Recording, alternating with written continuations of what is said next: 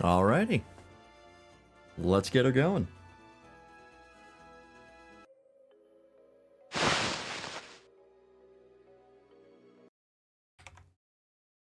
I gotta move my camera. Up there. And let's get some music going. Because we got some patch notes to read. Everyone's favorite part of the stream. But welcome in, everybody. Welcome back to Final Fantasy XIV. Hello, music? You want to cooperate today?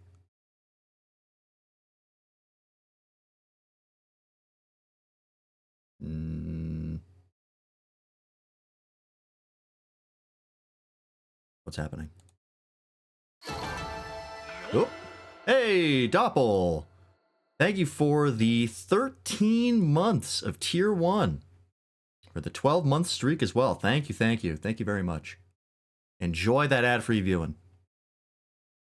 A full straight year with Lance, I don't have a problem. You do? Hey, I've been doing this for almost 5 years. So, who's the one with the problem, really? It's this guy. My music program just doesn't want to open? Hello? Hey, Waffle, welcome in. Oh, was it already open in my... Oh, yeah, that's why. It's already open, just on the wrong desktop. Because I was using it for D&D. Well, not D&D, it was technically Draw Steel.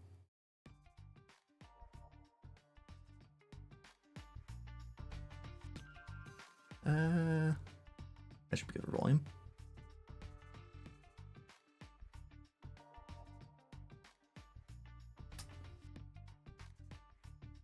Alright. But yes, we're back with more Final Fantasy XIV, and we have a new patch, which means more patch notes. This is patch 7.41, so it's not a huge patch. Just a little itty bitty one. We've got... I think it's mainly just cosmic exploration this patch. So I'm not sure. That probably won't take the full stream to do because that's pretty self-explanatory. But we'll at least check it out, and then maybe move on to just random 14 stuff or a little Suikoden, who knows.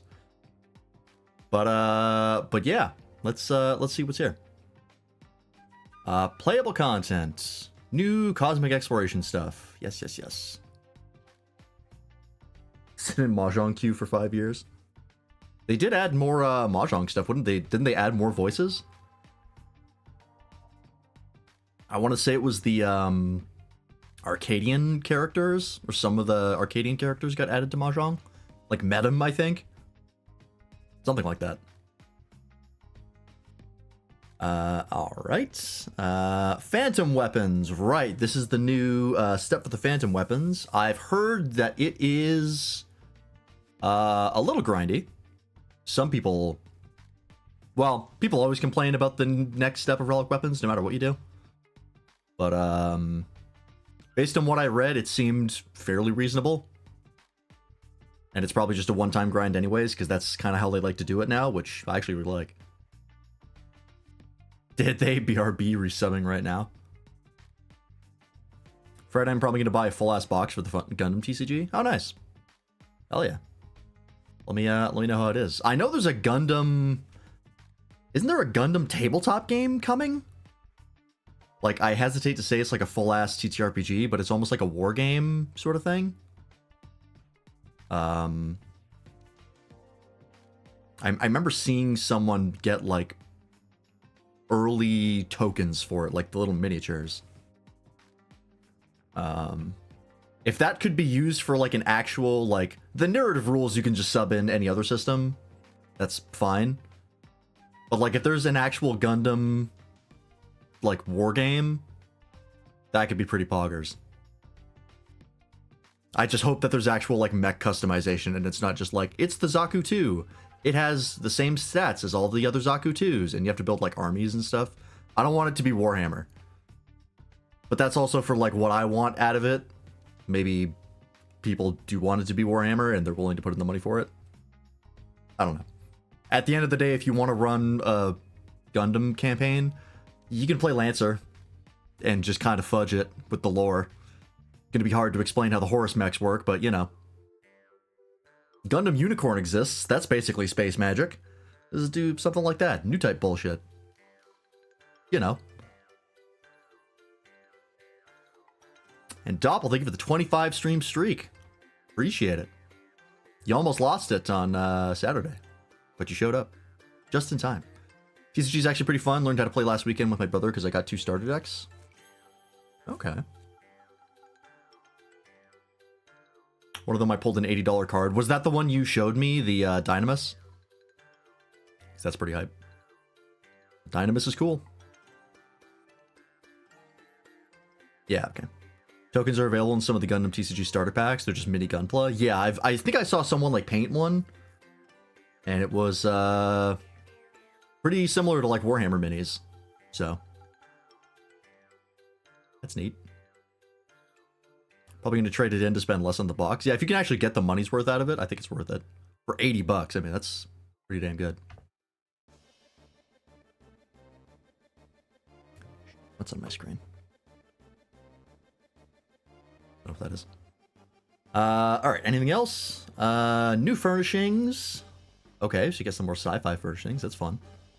New Orchestrion rolls, new Triple Triad cards, new emote. What the hell is this emote supposed to be? This is one of those emotes that is really hard to tell what it is based on a still. Okay. I guess we'll see it in game, maybe. That's probably from, can you get emotes from Cosmic Exploration? I think you can, right? It's one of the rewards. Realistically, I'll get 60 because LGS buy for percentage of the online price. Oh, that's fair. So they can make their money, yeah. That makes sense. 60% or 60 for $80 is still not bad. Still getting 80% of the money. Battle system. Summoner got buffed. That's it. Summoner got buffed actually quite a bit. 800 to 1000. Sunflare. Huh.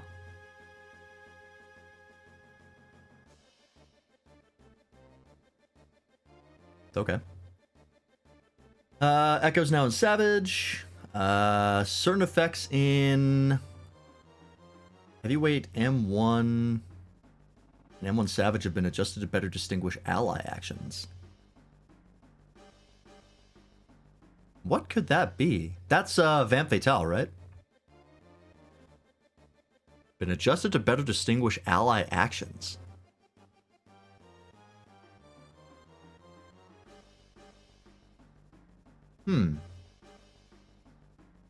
The only thing I can think of is the, in the second DPS, is it a DPS check? I actually don't know. But in the second phase where it, like, kicks you to a smaller arena, and there's those big dropping steel balls. There's something in there? Oh, you're thinking debuff icons to look more different at a glance from buffs. Oh, you know, that could be it. I'm wondering what would have changed? What debuff does she apply?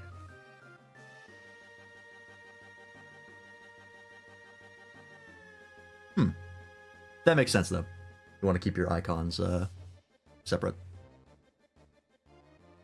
No, I didn't do this tier. Fair enough. I keep wanting to do it, but I forgot this week, or I guess last week, to do my the raids to get the gear. And then I didn't do it another week because I was sick. This month has been a fucking wash. Like, all of January has been fucking thrown in the trash. Couldn't get my medication. Finally got back on my medication today. Because my doctor also got sick. And my medication is not one that you can just, like, stroll into the pharmacy and be like, I'd like more, please. Because it's, like, a controlled substance. So they got the whole, like, time-locked safes. Like, literally, when I get my meds, it's like, my doctor signs it in triplicate. So there's one copy for him, one copy for the pharmacy, and then one copy he sends to the government. and then he gives me a slip that if I don't give to the pharmacy in 3 days, it's expired. Like, it just becomes void. So I immediately, thankfully, there's like in the building that they're in, there's a pharmacy in that building. So I just literally walk over and hand it over. But they can never fill it the same day. And they have like time locked safes and shit. So they're like, yeah, we're going to have to order your stuff and you'll be able to get it tomorrow. So like, it's always a 2-day thing. And I couldn't do it before because he got sick. And then I was sick. And so yeah, I've been unmedicated for like this whole month. Yeah, he got flu. He got influenza A, I think. I don't think I got that. I think I got COVID. Because I know my aunt also got sick, and she got tested, and it was COVID. And based on my symptoms, and like, when I was first getting sick, like in the first days where it was like the most intense, I was having trouble breathing, which is like a very COVID thing. So I'm like 90% sure it's COVID. Or it was COVID. But yeah. That influence has been going around.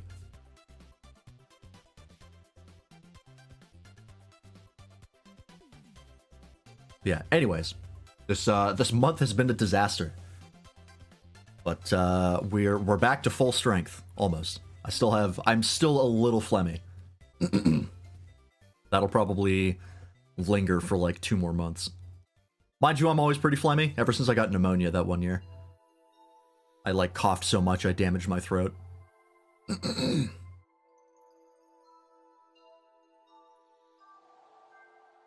When I had it, my fever was a high of 103. Ooh.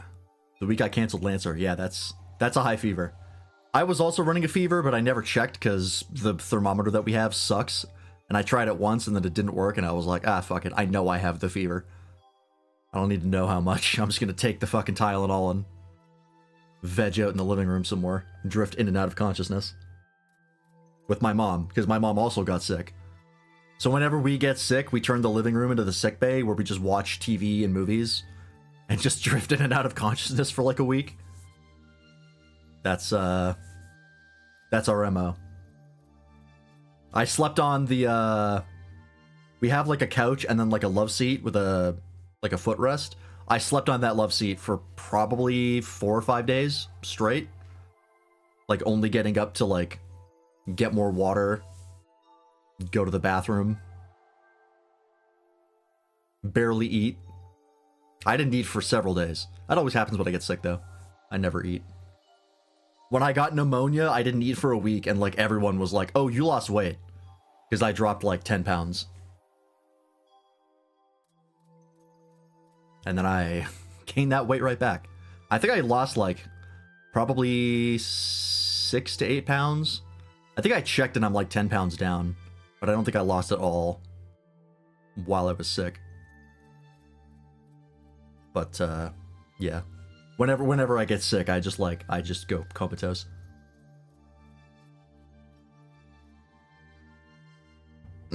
My cat got mad at me because I had trouble getting out of bed to feed him. Still fed my cat. Yeah, your cats don't care. He's just like, look, I got a fucking schedule, alright, jackass? Get your ass up and feed me. But, yeah. Anyways. New Phantom Weapon quests. Yep. I wonder, is there gonna be a new glowing effect stage for this? Actually, don't know. We'll be able to check. Probably not on stream, though. Alright. Oh, yeah, there it is. After completing the quest of Phantom Reborn, players may exchange Waning Arcanite, which you just buy with tombstones. So that is the same thing that they've been doing before. I really like this new system. I've said it before.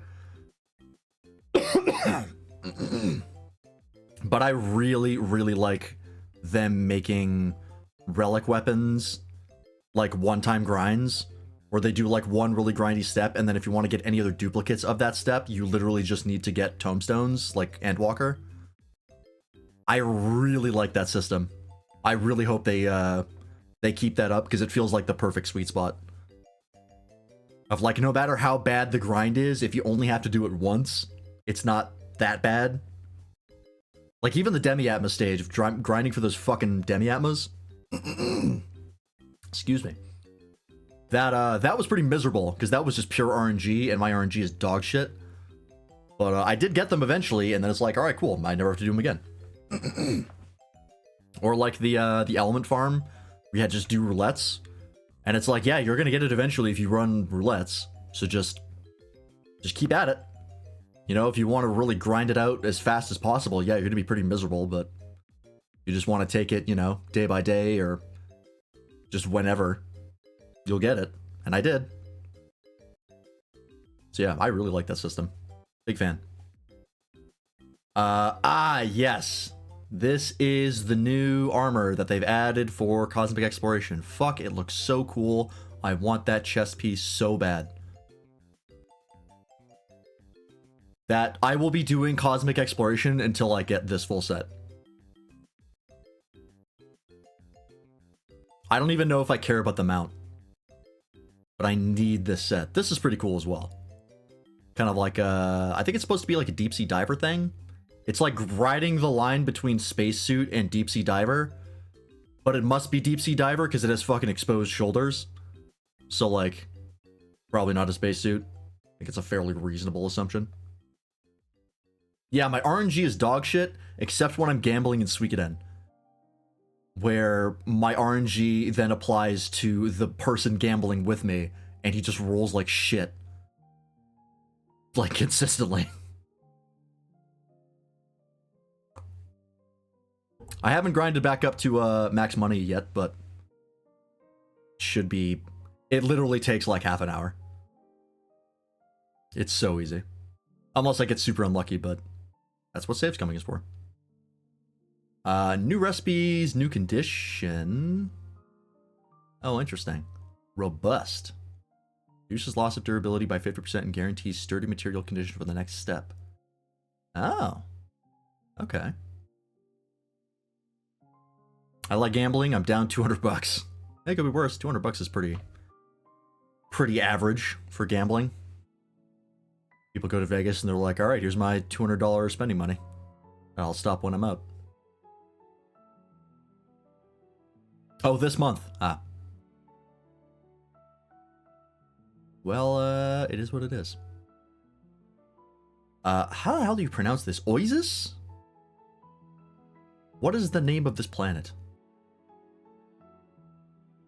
Oasis. I'm gonna go with Oasis because that just makes the most sense. Robust is just two sturdies in a row, like Good Omen.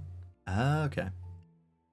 To be honest, the changing condition crafting is the one I've messed with the least.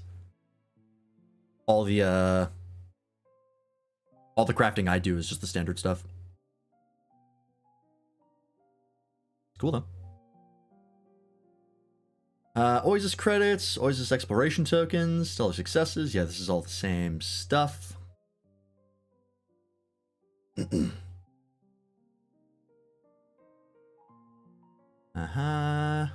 Artifact search. Okay, so this is a new thing.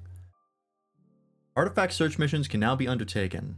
Increase your gold count by undertaking Class A missions, including those designated as EX or EX+. To receive drone bits as a reward. Once you've collected enough drone bits, you may exchange them for drone modules. Oh, is this the new Mech Ops? Is this the replacement for Mech Ops?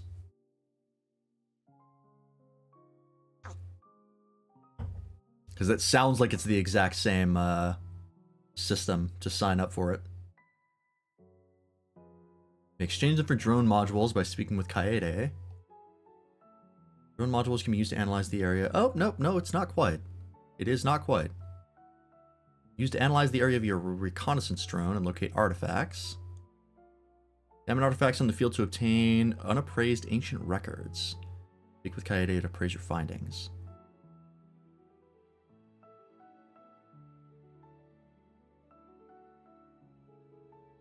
This looks like the replacement for the Feyna ledger items that you could trade in for things. I'm not even sure I did Feyna enough to even know what that is. This almost seems like Bosja stuff. Like getting the journal records in Bosja. Like that's what this makes me think of. It's like a combination of that and treasure hunting.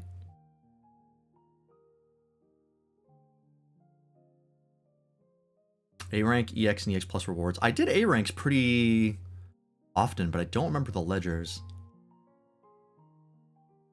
Mind you, I didn't do Fena all that much, considering I actually got lucky on the roulette and I got the mount like really early. And that was the thing that kept me coming back to the other place. What was the other planet? Sinus Ardorum. Before I eventually just bought the mount because I was like, fuck it. It's like less than 100k. New mounts. Right, yes, this is the new mount for Oasis. It's the giant head in Best Way Burrows, I think, that dungeon? It's like manila envelope letters. I'm not sure I ever got those.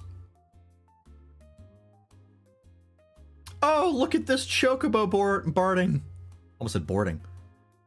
Now boarding. It's a little spacesuit for your chocobo. That's awesome. That's really good barding.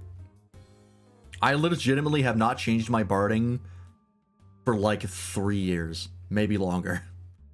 Because I got the perfect barding that makes me think of Moagame from Okami, which is what my chocobo is named after. And I was just like, it's perfect. I don't ever want to change it. But there's so many good bardings that I'm like, kind of want to put these on. New minions, new faceware. Ooh, some new sci-fi glasses. That's rad. Big fan of that. We actually needed more of those because I don't think there was really... There were like some sci-fi ones, but they weren't really like glasses. They were like weird visors and shit. These like these ones especially are gonna get a lot of use. These ones are pretty good too. This one looks like a really good one to pair up with like masks. Like mask headwear that just covers your mouth. You could throw these on top and make it more of a full mask. Like that. Alright, multiple instances of Oasis. No more instances of other shits. New achievements, new portraits, new adventure plates. That's a cute one. Oh, it's a stomp emote. I see.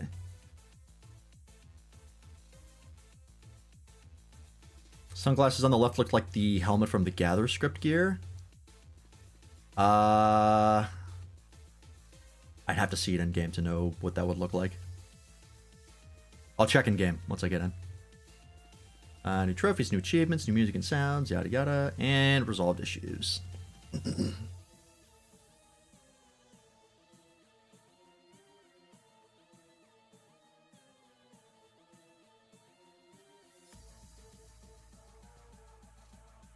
Alright, some bugs for Oasis, nothing major.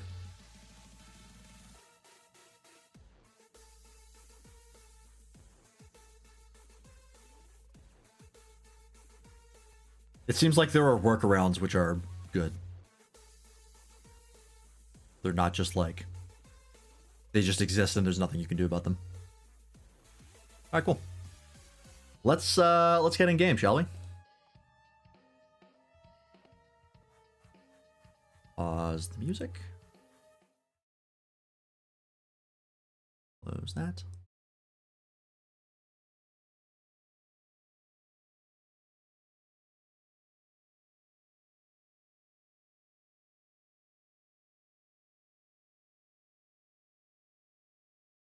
I might also keep an eye on Discord, and I might jump into any hunt trains that happen while we're streaming.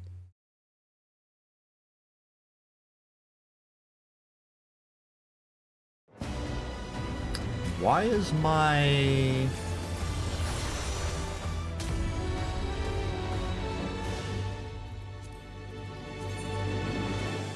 There we go.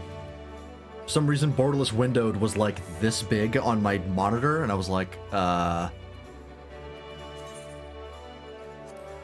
That's not right. Either your Gatherer or Crafter script reader for the glasses. I'll check them out.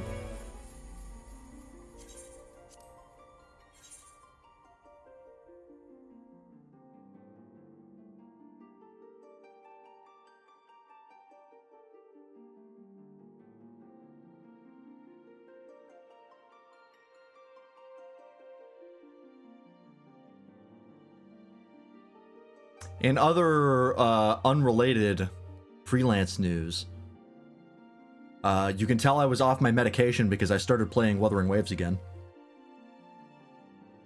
For some reason, I just came across like a recommendation in my YouTube recommendations that involved Wuthering Waves about something. I don't remember what it was, and I was like, oh yeah, I haven't played that in a while. And PGR. And I like reinstalled both of them. Well, I updated them. I still had them installed. And I opened PGR for like maybe half an hour, and I was like, oh yeah, I forgot why I played. Alright, I remember now why I stopped playing this. Because it is just UI hell. And it's been kind of the same thing for a super long time, and I don't really care about the story. But Wuthering Waves seems to have updated quite a bit since I played it. I played it when it came out, and I wasn't really crazy about it, and then I reinstalled it for 2.0, and I played it for like maybe 50 minutes. I got Carlotta, because they gave out so many free polls, because the launch was not great. And Carlotta's pretty rad. And then I installed it this time, and I had enough polls to get Augusta, because I got lucky on her polls, because I was like, fuck, you're really cool. So I got her. And I'm going through the story again, and it is slow. It's very slow. I'm still in like 1.3, maybe 1.2? Which, yeah, the 1.0 story for Wuthering Waves was not great. The pacing was pretty rough. And it's still pretty rough. But, yeah, it's kind of fun. Something to do. I've kind of hit the limit on how much Warframe I'm willing to play. I started building... I did the grinding for Citrine, and I started building her. And I'm kind of, like, done with Warframe until there's more content, which I think is coming in March. And then, yeah. Still haven't beaten Arkham Knight. But I'm kind of, like, doing the side quest stuff for Arkham Knight, because I never really did a lot of that. That's been fun. I'm not planning to 100% the game, because the Riddler trophies are cringe. But, yeah, I play a little more Wuthering Waves and see if I stick with it. Where the fuck am I going? I'm lost. Who do I have to talk to? Is it this blue quest over here? Dreaming Way.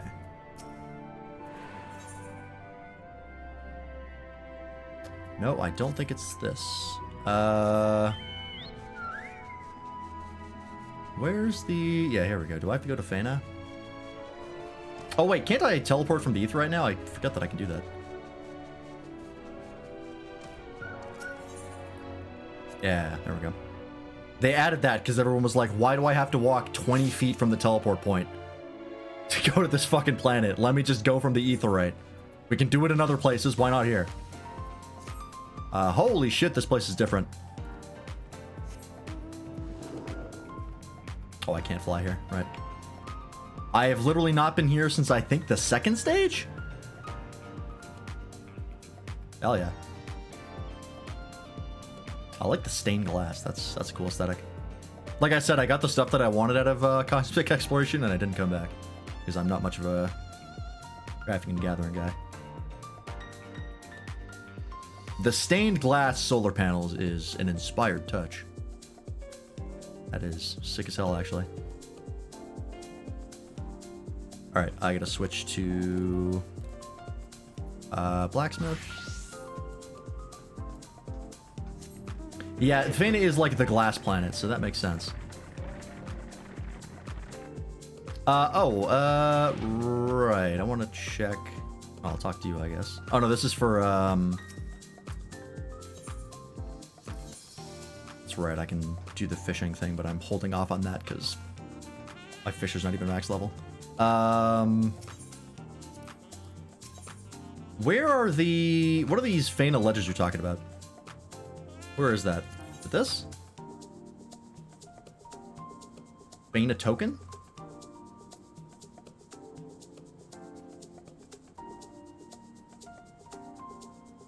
Fana token booklets. That's it, okay. This kind of reminds me of the Island Sanctuary, getting that fucking flower guy mount that I eventually just had Waffle buy for me while he was still subbed. Because yeah, you could either roll for it or you could build up the tokens and then eventually just buy it outright. Got it. Okay.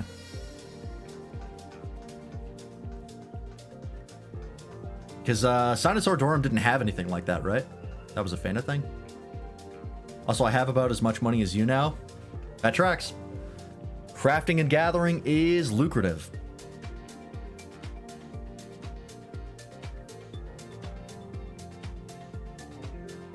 All right, let's go. That was a Fana thing, okay. Because yeah, I got the bulldozer mount here from the roulette, and I pretty much stopped once I got all the gear. Yeah, the glam. Ah, dodging away. Oh, the script gear, right. I'm grateful for your dedication to running to and fro in the initiative's behalf, Lance. You've got an eyeful of the terrain in only the metaphorical sense, I hope. But not, I've yet to be impaled. Here. Other places, I've been impaled many times. Arcadian, yeah. Not here, though. I must say, the sheen of this land borders on the blinding. Had I known, I might have asked Driving Way for one of them manifold pairs of sunglasses. Harken back, Naming Way. From what I've heard of the reports of my exo-tablet, you've certainly wasted no time crafting nomenclature for Fana. Right. He names everything. That's his job. Hence the name. I confess it has been a spectacular challenge to name an entire star from top to bottom, and maintain a unifying theme besides, but at last my work is done. Yeah, keeping a consistent theme for stuff when you're, like, world building, God, that's hell. I cheat and I just use real languages. But I don't envy anyone who has to come up with that shit on their own.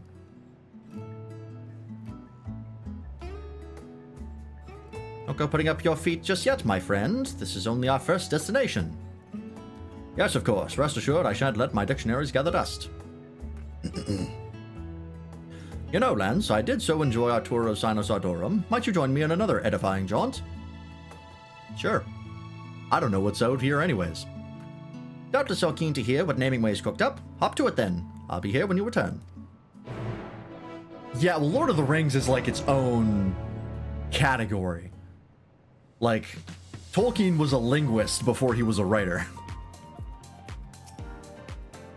That's, I don't think anyone's trying to do that shit again. Let's begin the tour here at camp and work our way out of the grotto.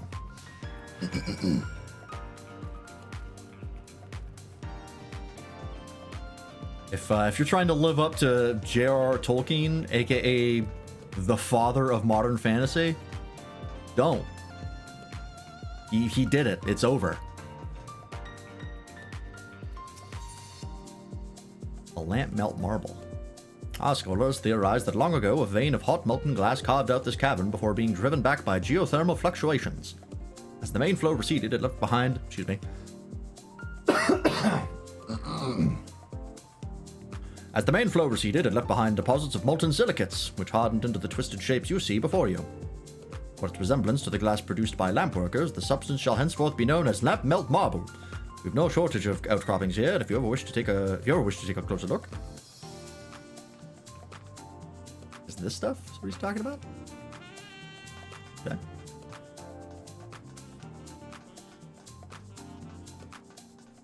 I do like this this planet. It is pretty cool, despite having, like, not explored it at all. That is no ordinary stained glass, but Phano glass, crafted from lustrous materials unique to this star. Not only is it aesthetically pleasing, it can endure shard showers without suffering a single scratch, all while converting light into energy. Incredible, is it not? Phano's natural resources have proven tremendously valuable for their versatility.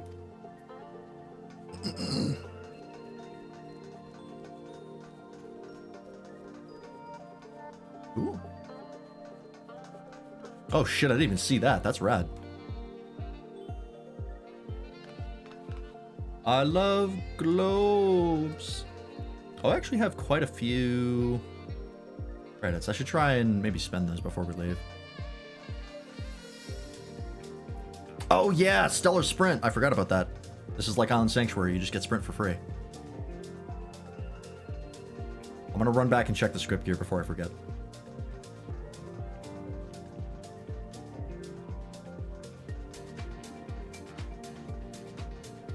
Oh, can I check from here? Or do I have to leave? I might have to leave.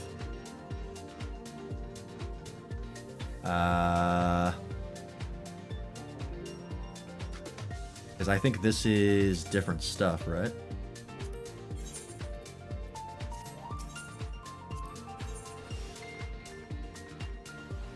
Yeah, I have to go to Solution 9. Okay. We'll do it after this quest. I guess since I have the tokens for it, I might as well roll the dice real fast.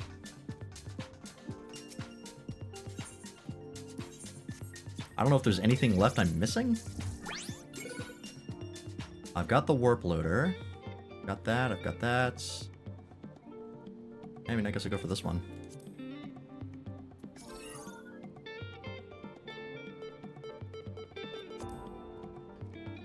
Yep. All that on the board.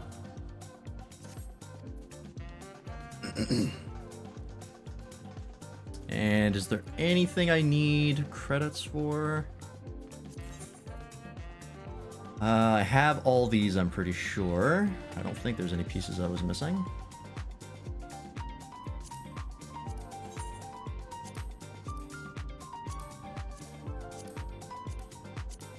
Yeah, I got that all sorted.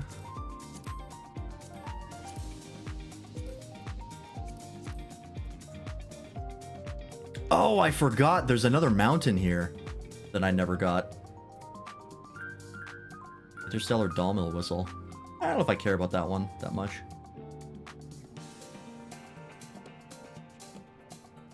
Oh, there's another eye patch in here. Okay. I might have to do some farming back here to quickly get some of those. Or I could buy them on the market board. They're probably pretty cheap by now.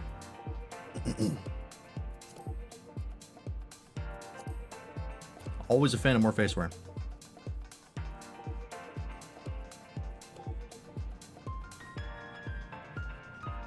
Is Cosmo Credits universal? Sure, you could get it for me as well. I think Cosmo Credit is universal anyways, right? It's just the planet credits that are specific. Yeah, okay. So when we're doing cosmic exploration on the next planet, we'll be able to just pop back here and grab those at some point later. Okay. We got time. I have so much time to farm. We were truly fortunate to find such an expansive formation to shelter us from Faina's harsh climate. Curious, isn't it, that something as delicate as glass could become both a deadly threat and stalwart shield? This place puts me in mind of a gaffer's work, a vessel bespeaking... Oh, I see. A vessel bespeaking both beauty and strength. That's why I call it the Glassbone Grotto, you see.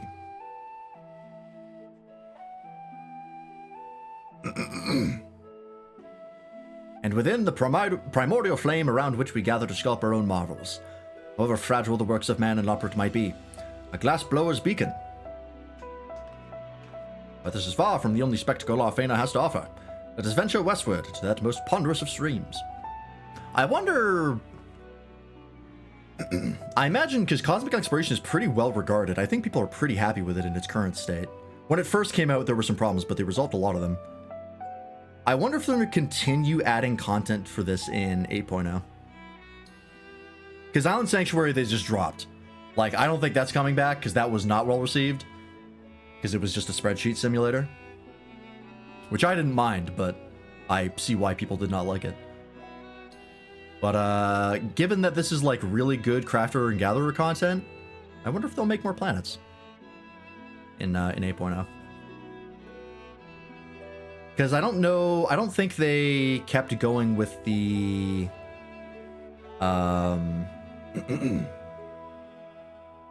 what's the one in Ishgard? The firmament? Or the diadem? No, the diadem, that's right. I don't think they made more stuff for that in, like, Stormblood, did they?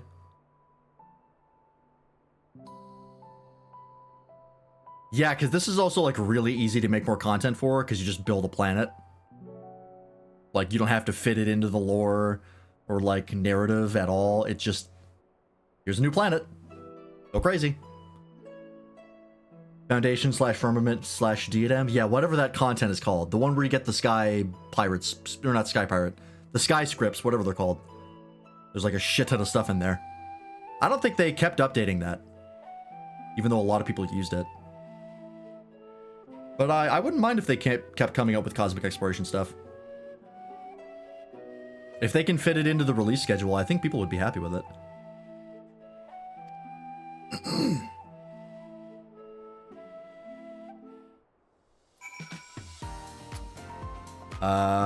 Where do you want me to go? Oh, way the fuck out there. Okay. I assume if I mount up, you're going to disappear, because that's usually how it works. Actually, let's check. Yeah, okay. Let's go back and get him. I will say, for as not great, maybe, as Island Sanctuary was, boy, it had some cool mounts and cool clams.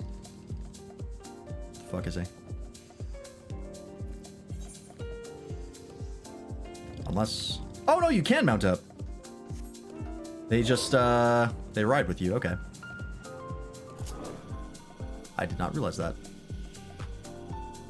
I'm so used to, like, when Endwalker first came out, and they introduced that system, and it was so easy to lose your NPC. Like, I don't think you could even sprint at the time. If you sprint, you just outran them. And they didn't change that until later.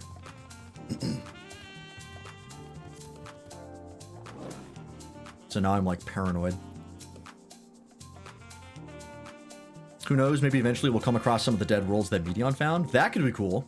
That could actually be really cool, especially with this whole artifact thing on Fana. You get, like, a big lore dump through a cosmic exploration on a dead civilization.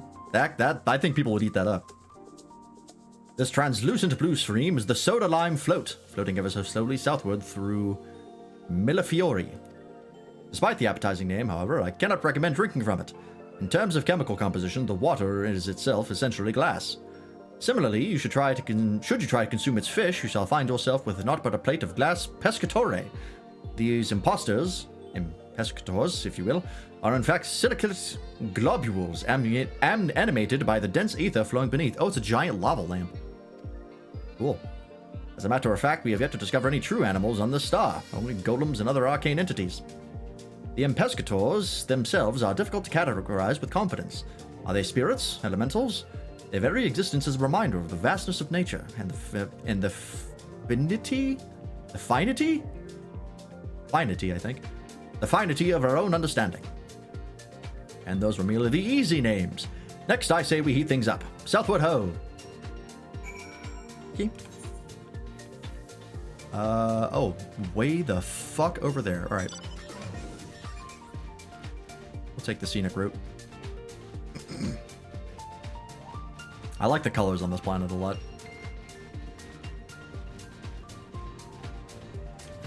This way.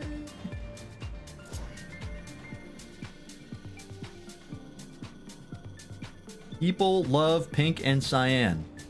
It's always a winning combination.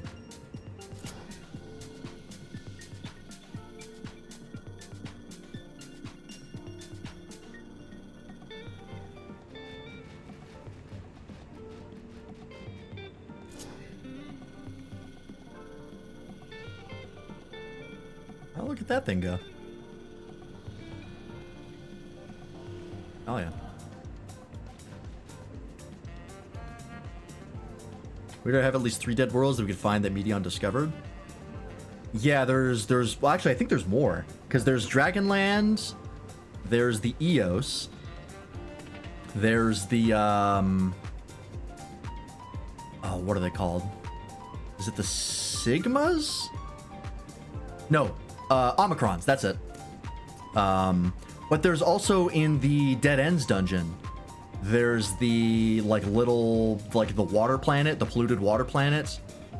There's the Terminator world. James Cameron's Terminator, but a planet. And then the, like, angelic Holy Land, where, like, everyone wanted to die. So there's technically 6. I think the, I've been doing a little bit of the, Gatherer Alliance, Allied Society questline in Endwalker to level up my Fisher. And that involves some of those planets and, like, the peoples therein, and sort of, like, what's going on with, what the hell is that place called? Ultima Thule. It's like a continuation of Ultima Thule. It's pretty neat. I haven't done a whole bunch of it because I kind of fell off doing Allied Society quests, but I might get back into it. I went FK, I don't know if you said those. Yeah, those there's 3 that we see in Ultima Thule, and then there's 3 more in the Dead Ends dungeon. There's also the 4th land in the overworld, the abandoned shopping plaza. Oh yeah, I guess that is its own planet. Yeah, we just don't know anything about it because it's just there. But yeah, I guess that is technically a 4th. Yeah, they definitely got things to work with there if they want to go that direction.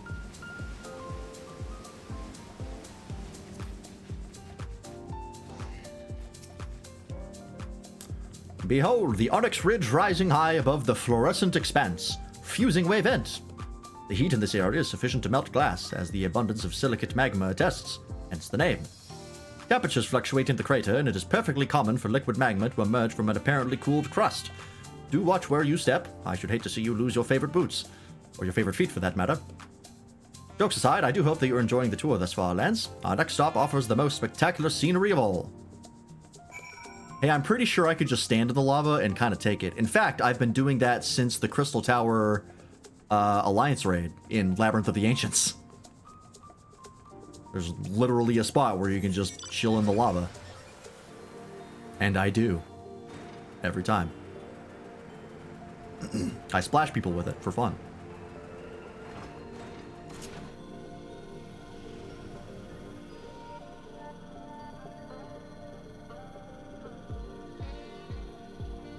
I forgot how much of a banger the zone theme is here.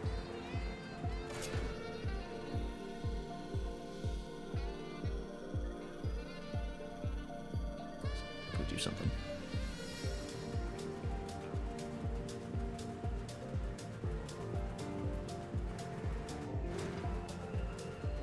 You're a Lala, you shouldn't break the surface. Yeah, I don't weigh enough. Actually, Lalas are very dense.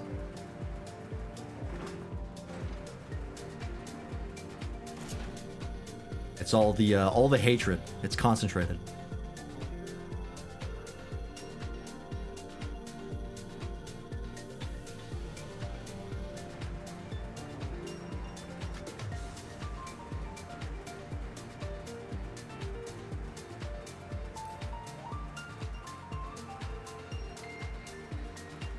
Denser than Rogadins and cats? Well, they would be less dense because they're big, but they weigh the same amount as everyone else. I'm assuming that all of the races weigh about the same, so as to not fuck with the narrative weight at all. Even though I don't think it ever comes up. So, Lalas would have to be the densest, and the biggest races would have to be the least dense. Which would be Rogadins and Hrothgar. I don't know, if I ever rolled an alt, I don't know what race I would pick. I went with Femro because somebody, I think Sprout actually wanted me to make an alt on his home world so he could make a free company. Because you need 3 people to sign the thing. And so he asked me and I was like, yeah, sure, and I rolled a Femro real fast. But if I ever wanted to like actually make an alt, I don't know what race I would go with.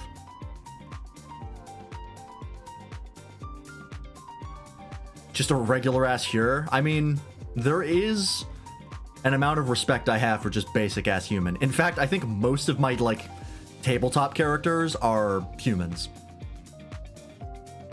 Like my character in Draw Steel is a human. He's a werewolf. He turns into a big werewolf guy. but he is a human. And I think the longest running character I had in 5th edition D&D was also a human. I played other races, but I don't know, I just keep coming back to human. I just like being a regular man in a in a world of not regular shit. Being human in Draw Steel is really funny because everything is considered to be magical in Draw Steel except for humans. So you literally get a baked in like detect magic like ability because you can just like smell magic because you're so mundane. And you can take abilities that like make magic less effective on you, which I think is really funny. Do you know Mikos are actually less dense than air because they don't have anything going on in their empty heads? True. Unfortunately, the rest of them is very dense because it's all of the ego. There's a lot of like ego and mental problems stewing, but in the head, nothing. Like just a balloon. Keep going back to kobolds, small, scaly gremlin that loves shinies. I do like being the small guy. Now that I've played 14. In fact, in Waffle's campaign, I am literally just this character. It is my Final Fantasy XIV character in the world of Lancer. Even Y'shtola is an outlier. She is the exception. Yeah, I'm just doing a mech op. A really extended mech op. But yeah, if I ever make another character for Draw Steel, there was a Polder character that I made that is the Draw Steel version of a halfling. And I did like the character that I ended up with him.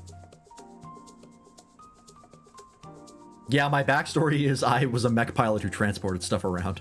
Literally a mech op. I do like being the small guy now.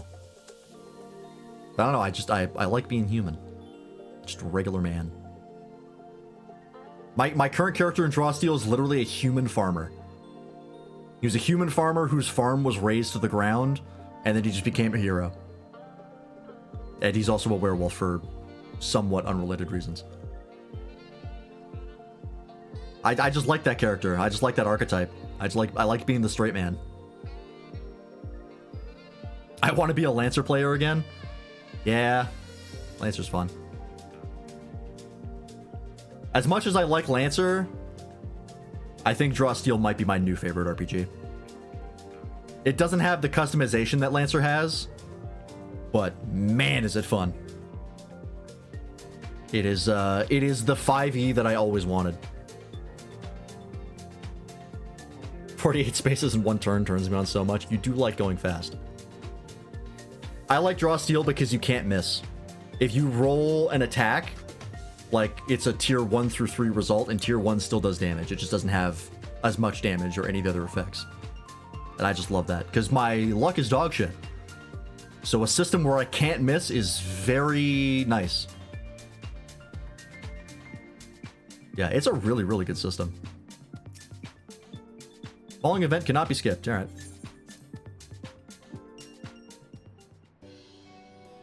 I'm working at this workplace for 2 to 3 months, and they already know me as someone who either jogs or speedwalks everywhere. Fair enough.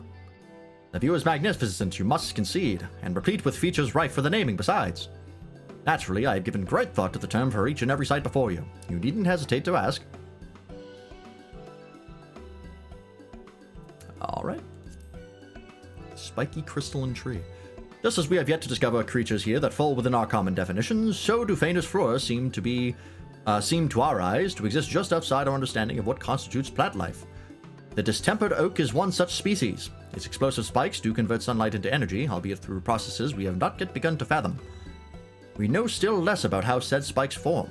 Is there some significance as to their being both branch and leaf? We must assume there is some connection to the tree's uniquely harrowing environment.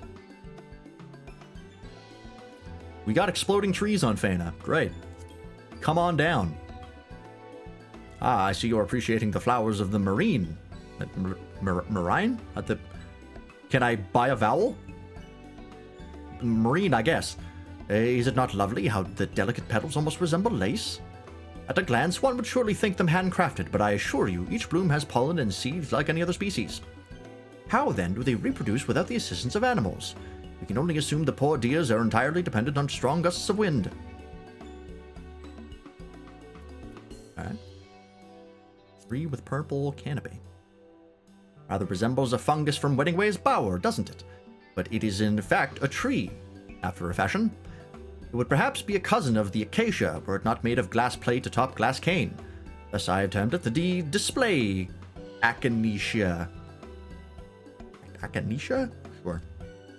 Our naturalists believe this unique shape may have evolved as a means to protect its soft, malleable bark from shard showers, but research is still ongoing. Alright. Excuse me. Has the faceted grass caught your eye? On Aetheris, it's unheard of for naturally occurring crystals to take identical shapes, but these plants defy conventional wisdom. This is how they explain how they're all the same model of plant. It's just the same asset, but they're like, no, this happens in nature on this planet. Don't worry about it. Our Charlian scholars posit that it's an effect of the star's unique ethereal properties. The topic has sparked a lively debate within the fields of botany and aetherology. One of my assignments this week is to read a code of ethics. That's important, otherwise you get mad scientists. Naming way. Onward to my favorite place on Fana, the Iridized Rise. Come, they're shining, shimmering, splendid to behold. Oh, I missed one of them. Oh, never mind. Isn't it breathtaking how the staircase of color descends from here?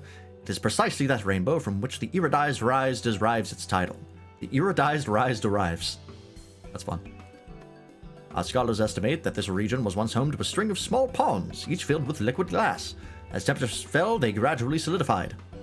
Incidentally, the different colors would seem to indicate variations in the sediment between individual ponds.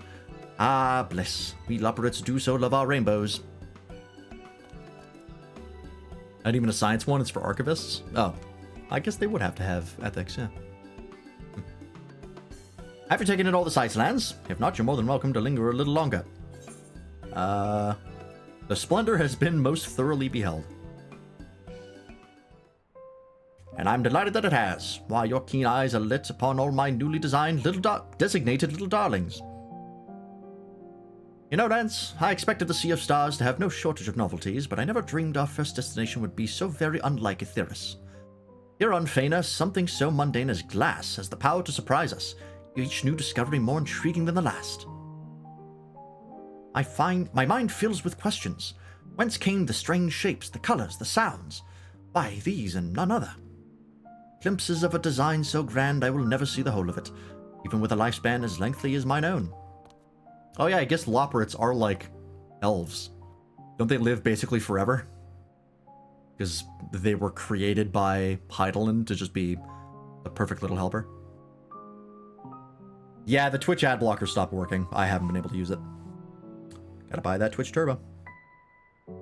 But someday, somehow, someone will know the shape of it. They'll follow in our footsteps, cradling the fragile things we leave behind. The more time I spend on Fana, the more I feel that this is the path Heidelin wished for her children to walk. In the end, you and I may take but one small step, but the journey doesn't belong to us alone.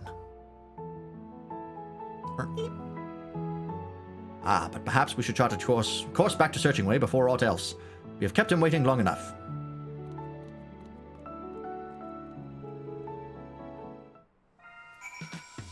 Okay.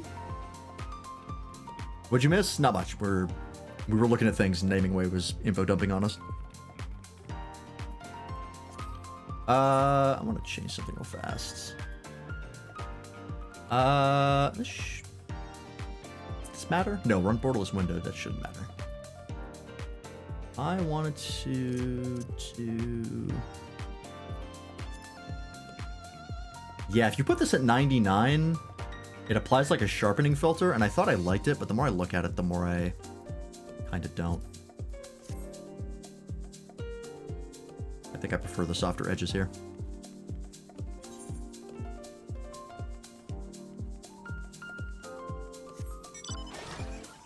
It's archiving ethics. What does that entail? Well, I guess you don't know yet. You have to fucking find out. That's your homework.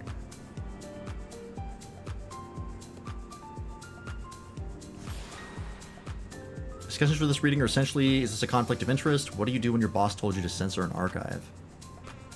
Oh. Censoring an archive. Oh, did I never attune to fucking... I sure didn't. Alright. Guess we walk. Henceforth, ye shall walk. What would you be censoring in an archive? What would be there to censor?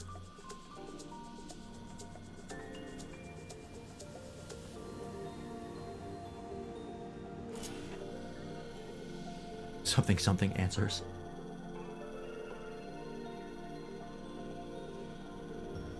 I do things as Heidelin intended, on foot.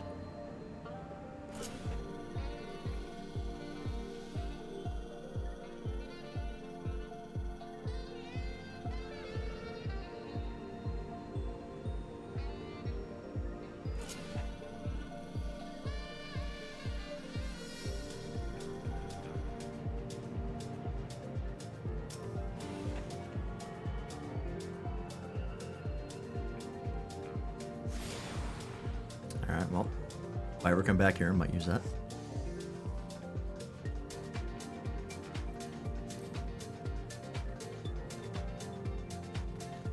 Searching away. Welcome back, you two. Did you have a long and riveting discussion about Fena's geography? Oh, it was positively scintillating. Together we ruminated on the many glass-based discoveries the team has made thus far. Glad to hear it. Yet I dare say your tour isn't complete without a visit to our crowning achievement. Our crowning achievement? Does that mean?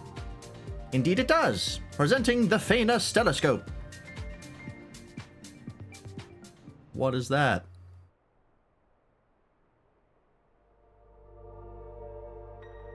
Oh, is it that thing? The big globe?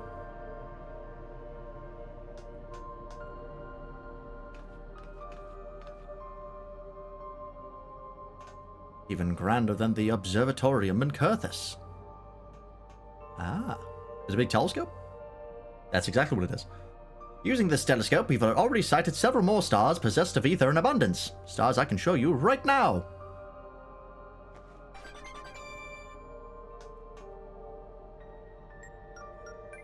Let me just press a few buttons here. Oh yeah, look at that. That's cute.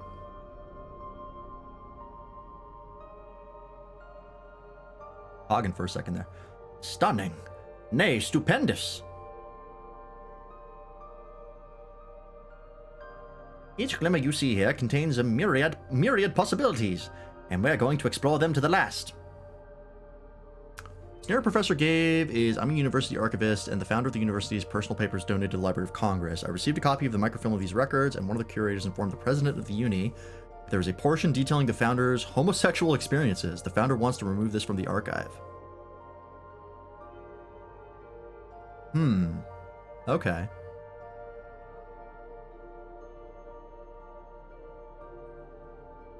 I mean, if they're personal papers and he gives them to you, and then he's like, oh yeah, this has this personal stuff in it that isn't relevant to the piece as a whole, can we just like cut that out? And it's his stuff. That seems okay, right? I don't know anything about your work or how it works, but it seems okay.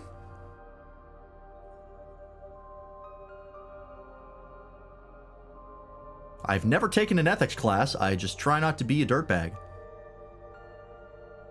It wasn't given directly to me by the founder. Is next of kin donated? Oh, I see. Next of kin donated to Library of Congress, and Library of Congress gave me access. And the president of the uni is not next of kin. Oh, I see.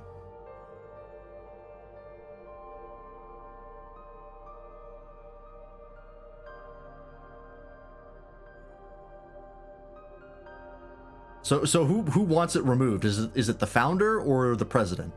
I assume you meant the president because the founder is dead in this scenario. The president, okay. That is a good question. Yeah, if it's the president who wants it censored,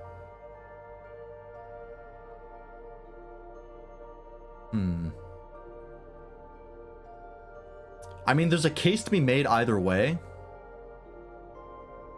Yeah, the president is technically your boss in this scenario, which is, you know, that's one thing.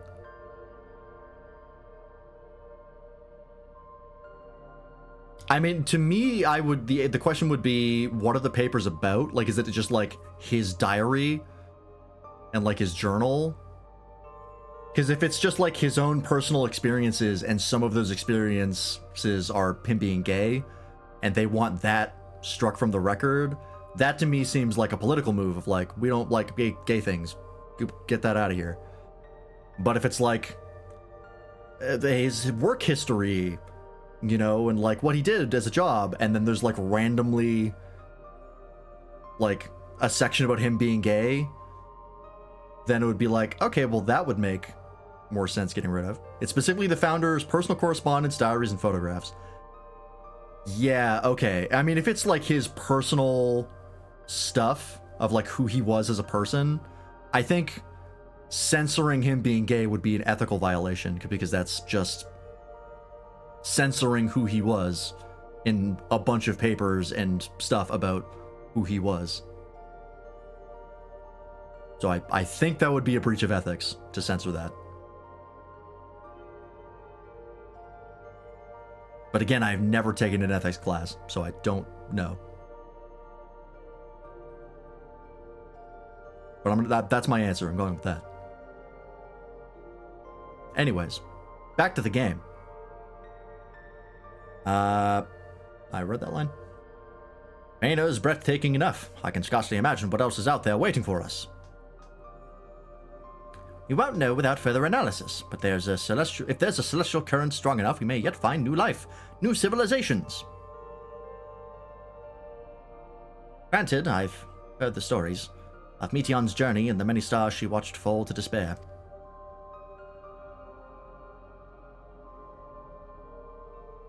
I'm intimately familiar. Yes, I myself learned of it not long after we were first brought into the initiative. A most lamentable tale. You were there at the edge of existence, were you not, Lance? Pray tell, what precisely did you see? Oh, that's a hard question to answer in one line. A series of bizarre life forms patronizing a cafe, also soup. Do I get that line because I've done the quest line for that Allied Society, or at least I've done some of it? Because that is what you're doing in that quest line. You're making a restaurant at the end of the universe.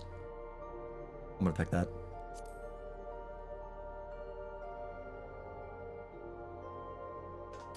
Oh yes, Jammingway told me of the last dregs and its unusual patrons, and Elysian, where past and potential take form.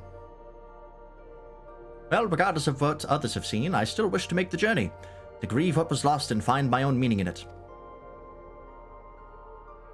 And do we not owe it to our fellow life forms to hold on to hope to the last? What if they are out there? Suffice it to say, our research teams are already debating the merits of correspondence versus non-interference. Discussion posts also ask us to talk about what to say to the curator who told the president about the section, if anything. Yeah, that would have to be... You'd have to talk to your, like, managers and immediate superiors about that. Can't just make that call yourself. Searching for sparks of hope amid the darkness of despair. How poetic. Ethics are fun. You bet it is. So we're going to use the telescope to comb every ilm of the horizon in search of our next galactic foothold. The ideal candidate will be cocooned in celestial currents and hospitable to more than just plantish things.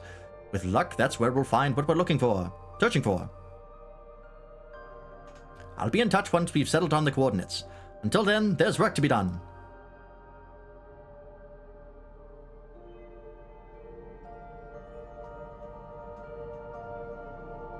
Right.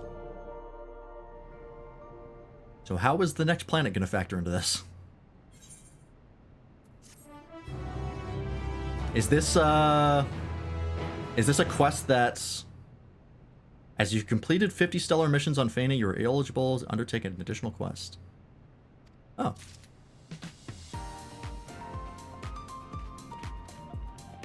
What is that?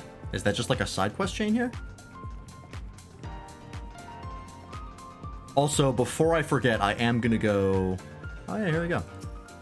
Can I ignore this? Correct. I just want to see what the quest is. Alright, I'll read that later. Before I get carried away, I'm gonna go check the crafting gear on Solution 9. Just to see what Doppel's talking about, because I forgot. I'll be back.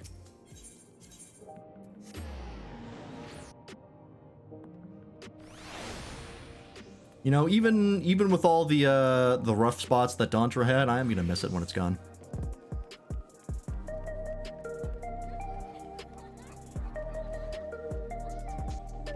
I've said it before and I'll say it again. I really enjoyed Dawntrail.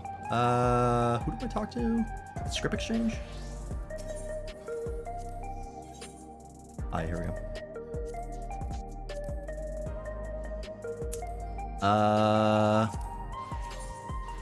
Oh yeah, it is. I think it actually is the same model. I think it's literally the exact same model.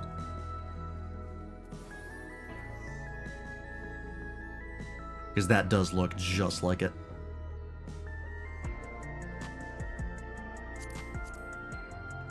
Oh right, it's that fucking leotard thing.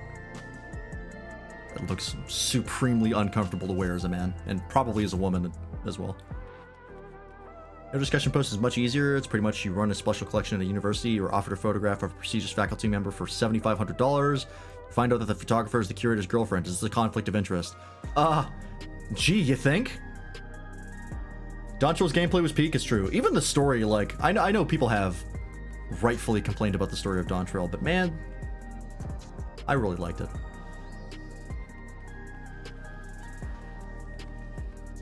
I can just teleport.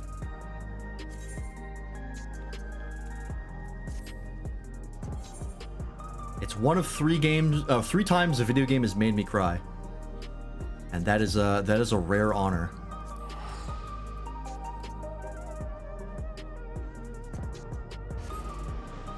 I like the theme. I like the central theme of Legacy. Yeah, there's also like good characters. I really like Wooklamot, how she ended up. Sphene is great. Still sad she's not a Scion. What am I doing? I can go this way. Svenussi. A lot of people really like Shale for some reason. I mean, I don't dislike her, but little unclear as to what exactly it is people are so crazy about her for, but anyways. Semi-important Elizin? Yeah. Yeah, is it just like elves are hot? Is that it? Is that really just what it boils down to? People like elves? Because, like, fair. But, you know. You know what I'm kind of surprised by? Now that I think about it? I'm kind of surprised there weren't more female Hrothgar characters in Dawntrail. Because, like, we obviously have Wooklamot, who's the star of the show. But I think she's, like, the only one. I think there's one in the marketplace that has, like, a quest line there for, I think, crafters. But, like, that was really the only other one.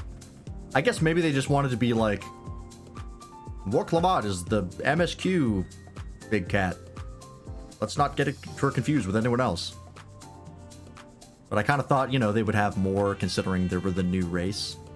Although I guess now that I think about it, with, yeah, see, that was the thing, is I was thinking of, like, there's the whole Hrothgar section, but there's, like, Wooklamot's dad and Wook Evu are both male Hrothgars. There's no, like, there's no other female Hrothgars. But then I think about, like, Shadowbringers, where they introduced male Hrothgars, and it's like the one character is a male. Oh no, that's not true. No, there's two, because there's he stole his boyfriend. But then there's also the trolley guy. So yeah, there were two of them. And then of course there were the Vieira. There was like a whole tribe of them. So yeah, it feels like there could have been, like, even if they weren't like a major character, like they were just like some nameless NPC that were like in the MSQ that like ran up and was like, this shit's going down over here, you gotta help us. But like, I think it's just Wook Lamont, which feels weird.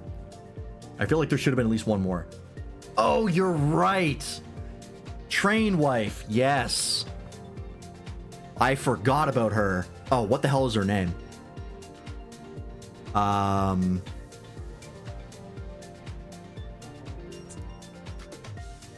Yeah, doesn't she have like a name that fits that area, so it's like Native American inspired and is nigh unintelligible because it's 14 goddamn syllables? Is it like Yoweekwe or something? It starts with a Y, I think.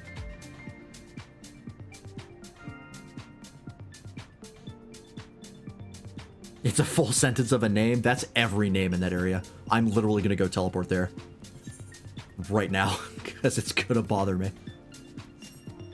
I think it's Sheshinwezi Springs. Once you hear a lot of the names in this area pronounced, it's actually not that bad. It's just parsing it for the first time is like torture. Is it here? She's one of the Allied Society quests, right?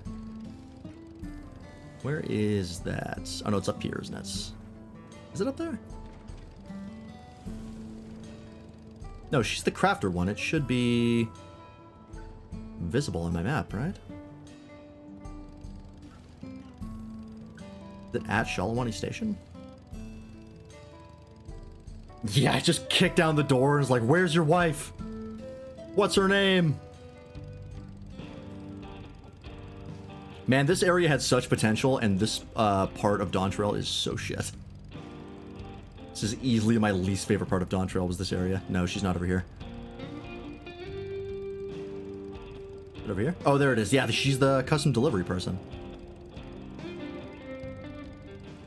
Yeah, like Yoweekwe or something? Nita Weekway, that's it. I was close. Yeah, okay. How many... Did I ever finish this? I didn't. Alright, I have to make sure to finish that. Keep forgetting about it. Nita Weekway. Anyways, back to the fucking thing we're streaming for. It's been 2 hours. Or hour and a half, more like. There we go. Yeah, it's a reflection of the part in the first, which is also the weakest part of Shadowbringers. It's the reason why I give Shadowbringers a 9 out of 10 and not a 10. Because the trolley section grinds to a halt the amazing pacing of Shadowbringers. Yeah, it's a reflection in all ways, for better or worse. Anyways.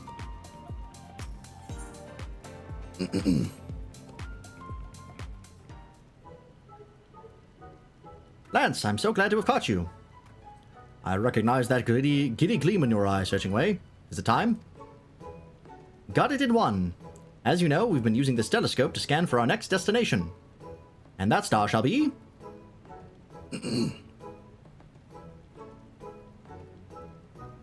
RG46. No, not again. These insipid provisional titles are an affront to my very being. And you need only heed the call of the initiative, my friend. What awaits are not only resources in abundance, but an entire civilization. The remains of one, at least. We may one day learn what names they bestowed upon their works, but until then we have more need of your talents than ever before. An advance party is securing a safe location for our newest base as we speak. So what do you say to another leap into the great unnamed? In search of fitting appellations for not only for the star, but the cultural legacies upon it. This grand undertaking is getting grander by the day. I just like how the organization for this is the Society of American Archivists, or SAA. Dude. Hell yeah. It has grown far beyond what real operates could hope to achieve alone. Your skills and experience, Lance, will doubtless prove indispensable in our quest for understanding. Come along, and we'll delve into the mysteries of this new star together. To the Galactic Way, then. I'll have the good captain show us aboard. Oh yeah, isn't it fucking Kokol Dankle? Of the Dankest Kush in Charlian? Oh no, he's not here. Okay, it's Cruising Way. I forget how he got introduced to the story, but he was in this somewhere. I might be a member of the SAA. I am. Saw, dude. Always a pleasure to see you, Lance. Here for another ride? I don't know how to vocalize wink. The engine's all warmed up for you. You've care to follow me? Blast off. Then I'll make it so. Hold on tight. That was an intentional Star Trek reference for sure. You're a saw, dude. Alright, let's see it.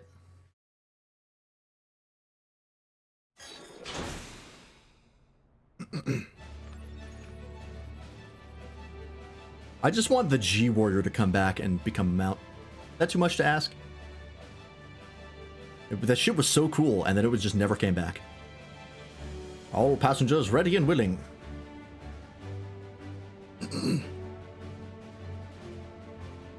recorded some unusual gravity readings at the destination, so I suggest you prepare for a rocky landing. I got my safety goggles in place.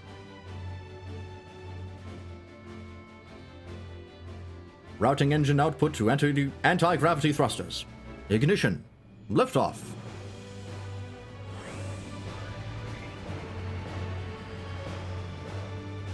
Still a weird shape for a spaceship.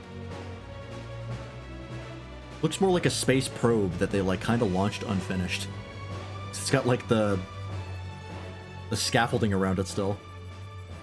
Aligning with stellar currents. Coordinates set for RG46. Galactic Way, engage.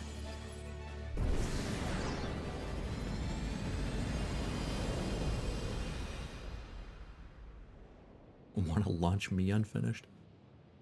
I always want to finish with you, Waffle. Ooh, 2 rings. 2 rings! That's too many rings! Osmo Hopper disengaged. Another smooth ride, if I do say so myself. Thus far, at any rate. That's so gay, bro. Not if I say no homo. Would you look at that?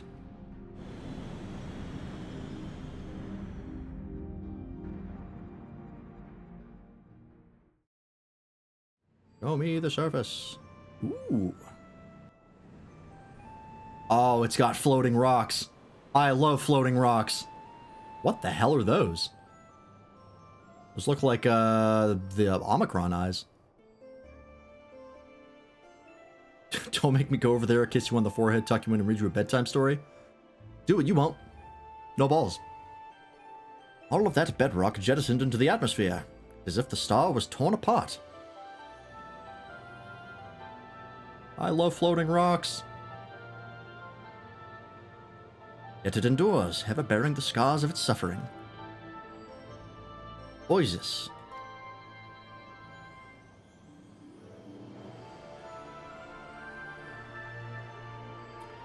Oasis. Okay.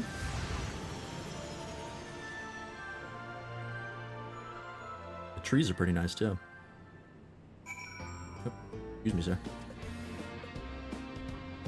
What the fuck is this song?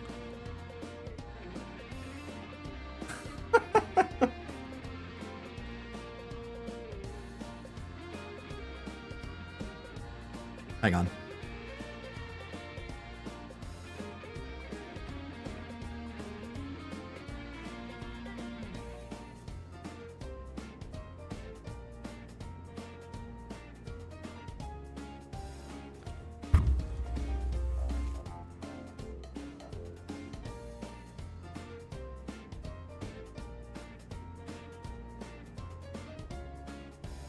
It's gonna be a little hard to fit on with my headphones. It's also like bent out of shape. I bring it backwards.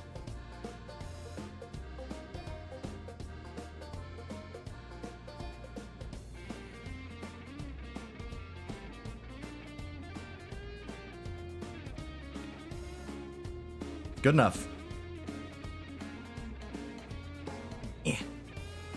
just like get it to kind of... There we go. It deforms the front a little bit, but we'll deal with it.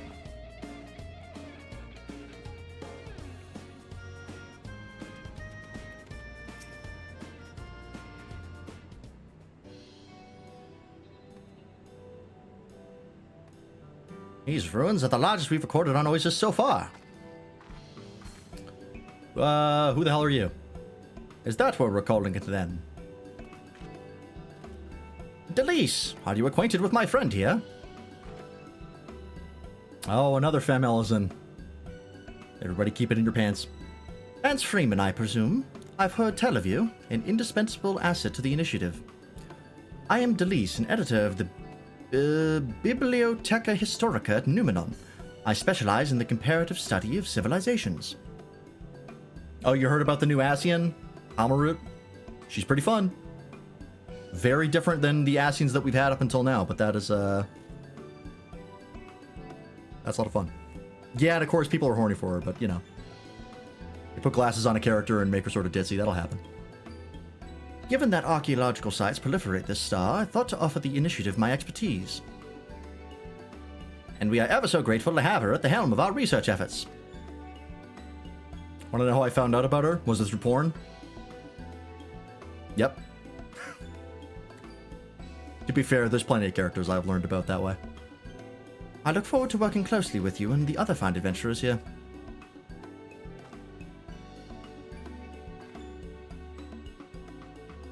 Yeah, I know you pretty well. At present, our endeavor to understand this star has barely begun. While we found no intelligent life lingering amidst the ruins, there are flora, fauna, and minerals in abundance. The density of the aether across the star and its instability are also noteworthy. These ethereal conditions have resulted in gravitational anomalies such as the one you see above you. It hangs like a moon, the intensity of its pull waxing and waning irregularly. To approach it is reckless at best. Waxing, strongly enough to pull a loperate screaming into the sky?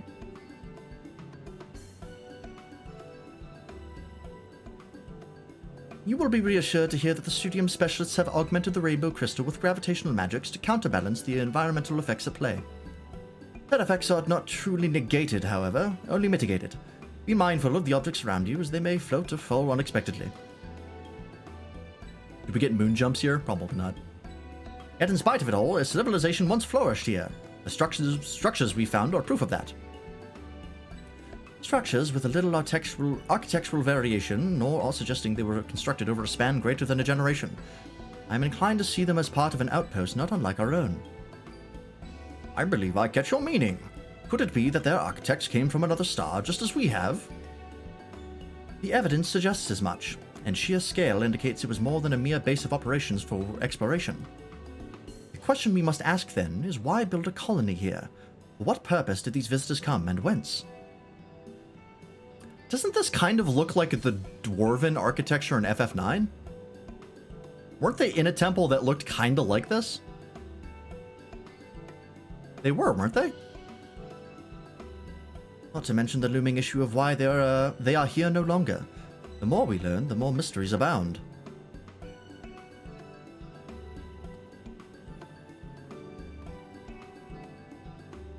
Do what I need to do? Should I cry while watching a stream or in bed? I recommend in bed. But it's up to you. Just think, Lance. What started as my humble curiosity has led us all the way here to this discovery of an unknown civilization. Who were these people, and what tragedy befell them? These burning questions deserve answers. But to find them, the initiative must leave no stone unturned. Do what you can to lend a paw here on Oasis, and I will keep you apprised of any major developments. Likewise, I shall be in touch, be it via Exotablet or another intermediary. Follow-up question, cry with dick in hand or while watching a documentary about sea life? Ooh, I pick sea life. You can do both, though. Time to roll up the proverbial sleeves. Any stone you turn, I shall name.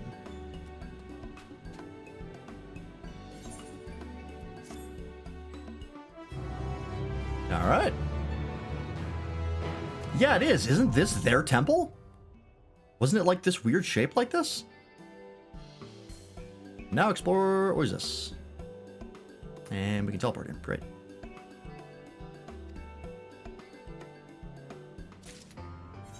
I don't want to work. I want to go back to unemployment and volunteering at an aquarium. Valid. All right, I've got my I got my hat on. Yeah, let me look that up.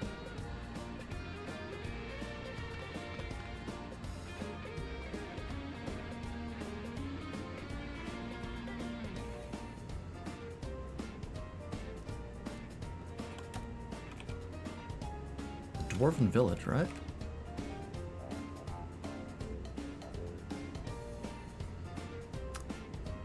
My volunteership was so fun. I was just chilling in an aquarium and talking to people about fish, and I got a ton of free tickets. That is pretty rad. Condopite, that's right. Well, it's hard to tell, but it does kind of look like it. You don't really get a great view of it from the outside.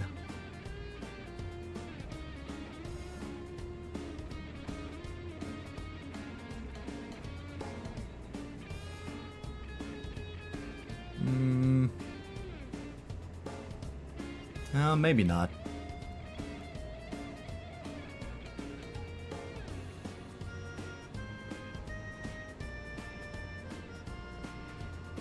I'm not sure. It reminds me of it, at least. Because I feel like there was a building just like this. Maybe I'm thinking of another one, but I thought it was the Dwarf Village.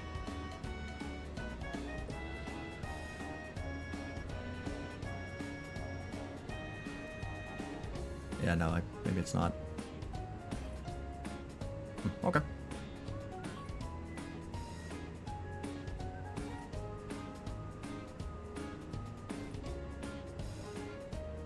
I switched to Firefox because it was supposed to be easier on memory, and now it hogs just as much memory as Chrome ever did.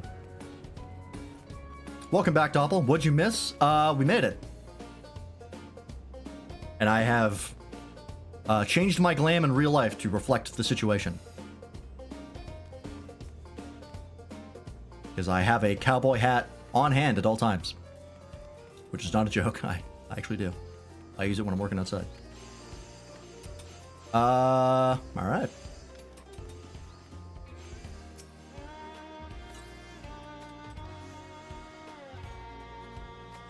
Hydro modules.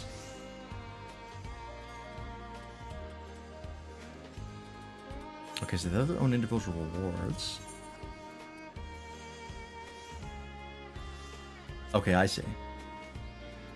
What is this drone bit? Okay, so this is different than the planetary credits. Okay. Upside Down Pyramid reminds me of Mario Odyssey Sandland. I thought it reminded me of a place in FF9, but now I'm not so sure after looking it up. I feel like there was a building like this in FF9.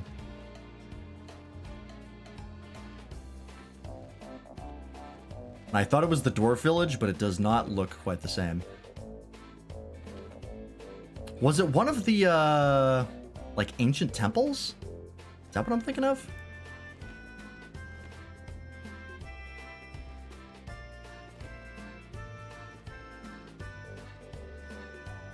Looks like the building Comiket happens in.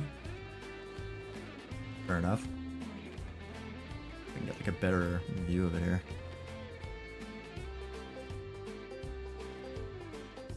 I don't know. No, I barely even know what Comiket is, to be honest.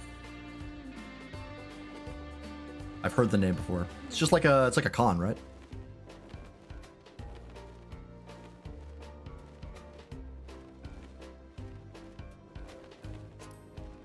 Empty.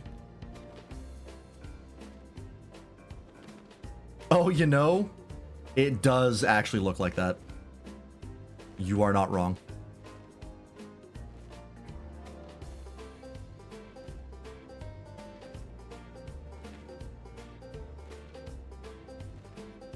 Hang on.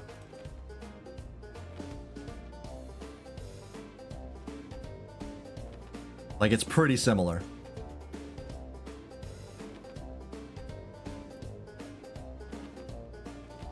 I totally see it. Convention where people just sell their self-published works. Oh, it's a Dojin convention. Okay. Gotcha. Oh, Hunt Train?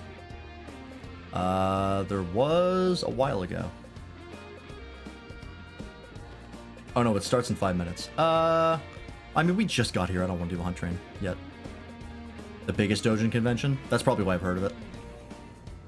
I've definitely heard that name before.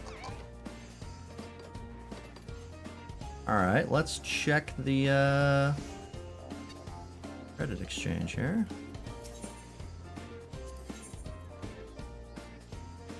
Oh, you can buy all the stuff from it.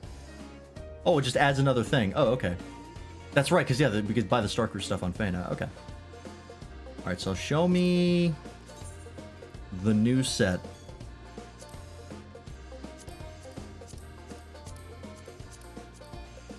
God damn, that's cool. Is the, oh, the visor lights up. Oh, that's sick. Okay, how does it die? The die channels for these have been really good, so... Let's see how this one dies.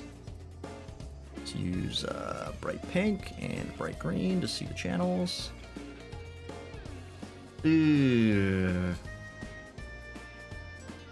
The fact that you can't dye the gold is a bit unfortunate. Oh, but it does let you dye the glow. Ooh, that might be an acceptable trade-off. It's like the Dojin convention. At one point, they only allowed vendors by lottery, and Type Moon, the creators of the Fate franchise, got denied because they failed the lottery.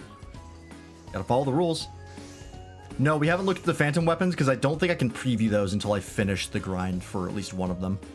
So I don't think we'll be able to check those on stream unless I look up like a video or a gallery.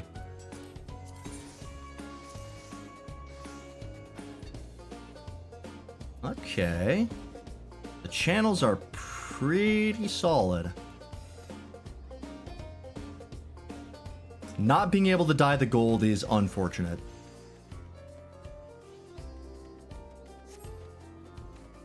But I guess that kind of happens with metallic highlights. That's just the life you live. Oops.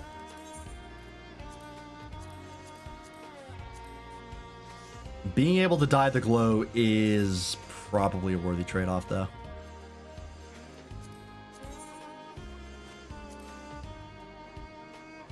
Oh, the pants are actually pretty nice. Except for the fact that the cloth and the metal dye the same color. That's not ideal. But you might be able to work with that.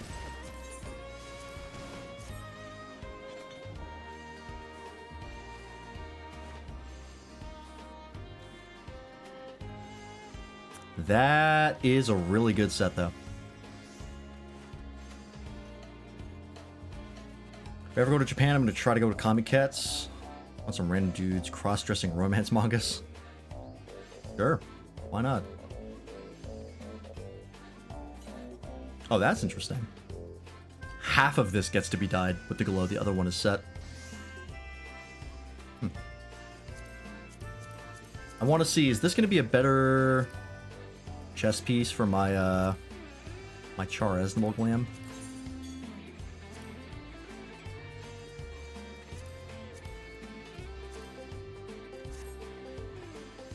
What red is that?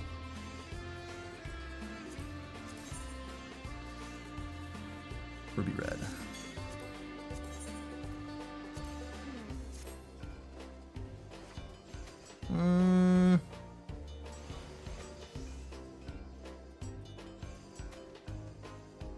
Kind of.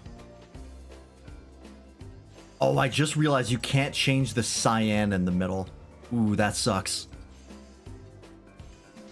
That's a really, really bright accent that you cannot re-dye. Yeah, okay. That is very unfortunate. Yeah, that kind of kills it. I wish it had inherited the second dye channel's color.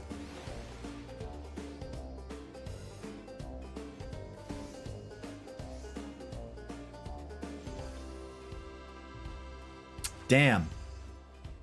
I was really hoping for better dye channels here. That's a real shame. It's like so close to perfect, but that blue on the backing of that cape kills it. That is such a bright cyan.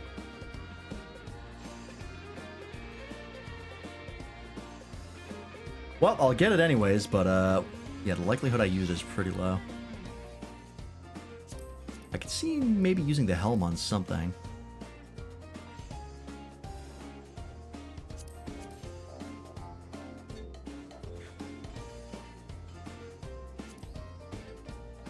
Even on the set normally, that doesn't really fit.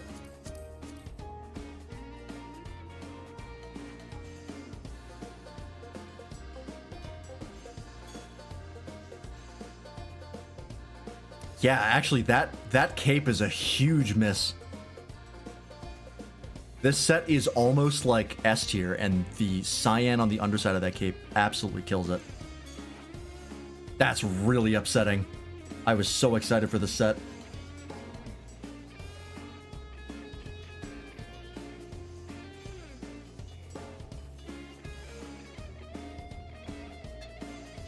Like, it's a lot of glams in this game. It was almost perfect. Yeah, that happens a lot. I feel like they've gotten a lot better about that for recent glams, but they clearly still have some problems with it. Yeah, if I could just make this any other color, this would be an S tier glam. But the fact that I can't change that is awful.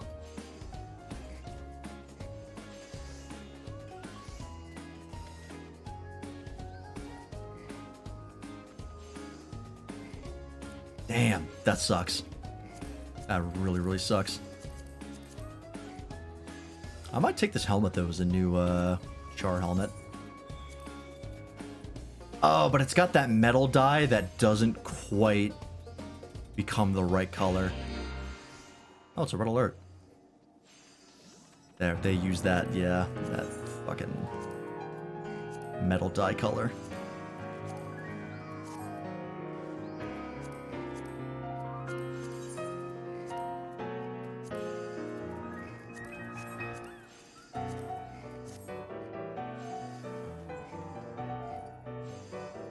No, if you hit the visor, it just removes the glow.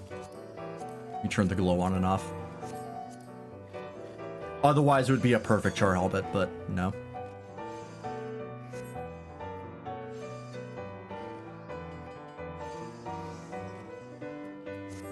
Alright. Well, I'm gonna go see if I can do this red alerts. I would have to switch to Fisher.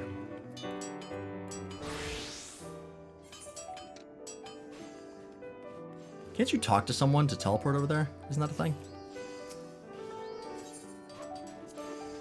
Where is it? Emergency transports.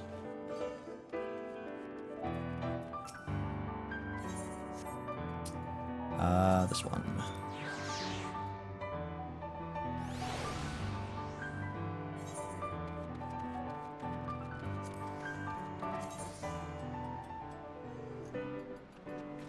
Right one? Yes.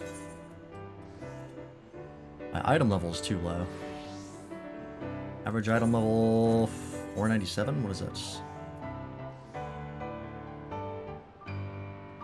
Oh yeah, it's not high enough. I might be able to get away with it. I'll probably be a lot less effective, but that's fine. Oh, it's got like little floating bubbles. That's fun.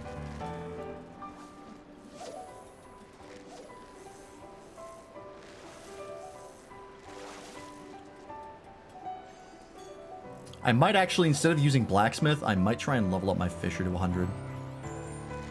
Just to have it and Blacksmith up, but high enough to do this content. Because if it's not, if I can't use Blacksmith, I can usually use Fisher. Jellyfish are cool. I'm thinking about Jellyfish again. Who can blame you? Truly, who can blame you?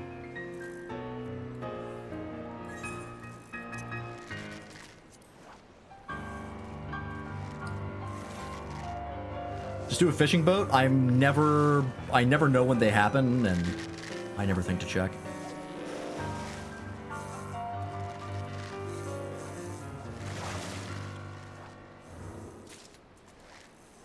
It's just easier to do cosmic exploration stuff because that also lets you grind the stuff you need. I'd have to get like a second like browser open with a timer on it because I don't know it by heart. Next one's in 30 minutes. Oh, because it's every odd hour.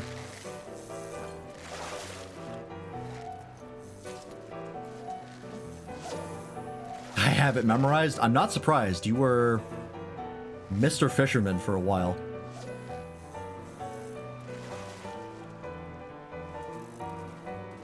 You had big dreams.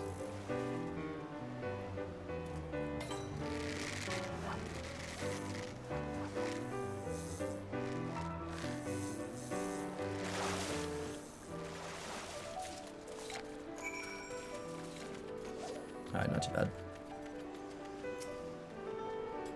I can do the content. Not as efficiently as others, but I can do it.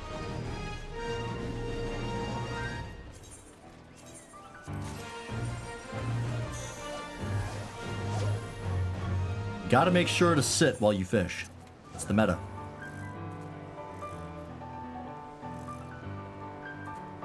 Used to have macros for every fishing boat for optimal baitage. Gotta have optimal baitage. Up here.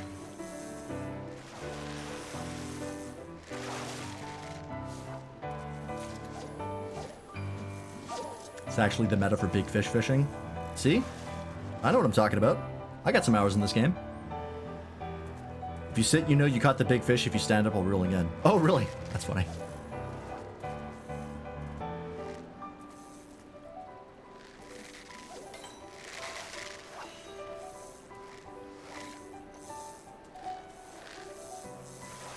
Yeah, it is actually a meta.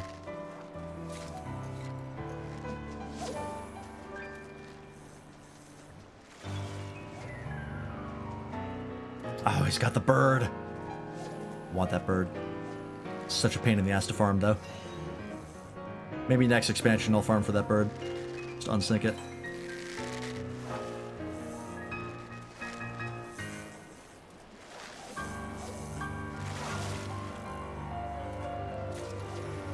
I didn't get that bird, but I did get the snake with the bandana first try. Yeah, I read Fruity Snack's Fishing Bible. How could you tell? Can you not tell based on my attire? How much of a professional I am at this game?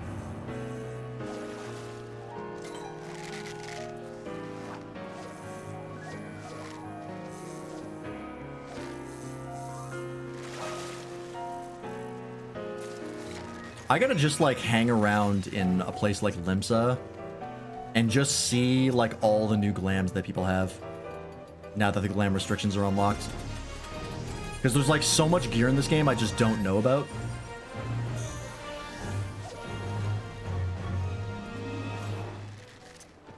And I feel like if I just hang around and stare at people, I'll find some good ones. Google Doc got so long he moved it to a dedicated website. Jesus.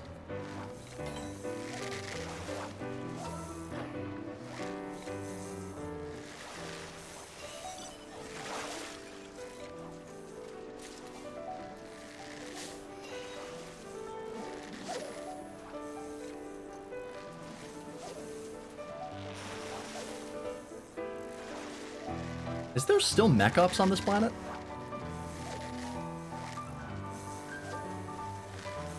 Dawntrail Fish Guide alone is 75 pages. Oh my god.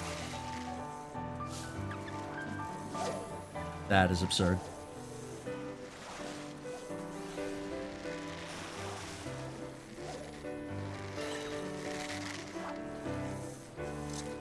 And Walker's 94. Ah, god damn it. My low item level betraying me. Oh, whoops. I fucking hit the reel in button.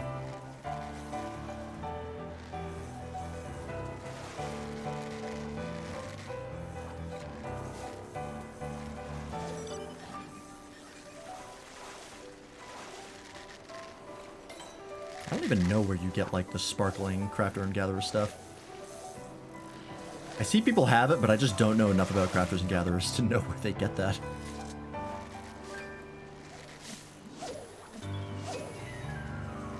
Is it just like, is it like a quest line, or?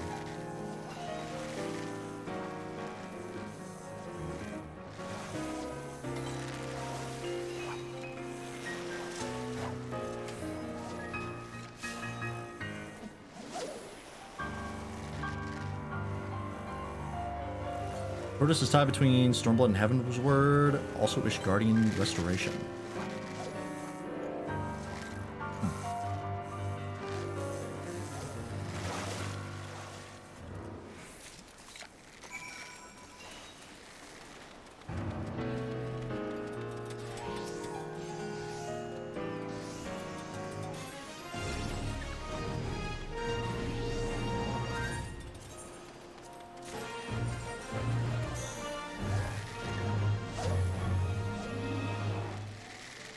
Glowy Fishing Pole is Ishgardian Restoration. Okay. I don't know where you get this one, this golden one. Or this one. There's so many. I have the basic bitch fishing rod. I'm a scrub. I don't even have the craft at 100. Or the class at 100.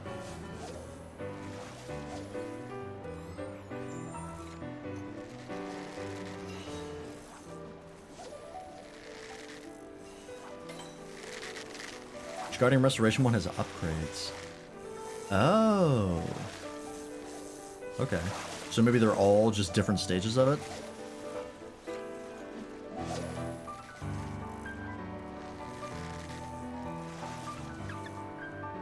Could be. I refuse to touch that content? Yeah. Cosmic Exploration is about the farthest I'll go when it comes to crafters and gatherers. Anything outside of that, it's too much for me. I do the custom deliveries sometimes. I do some of the Allied Society quests. That's about it.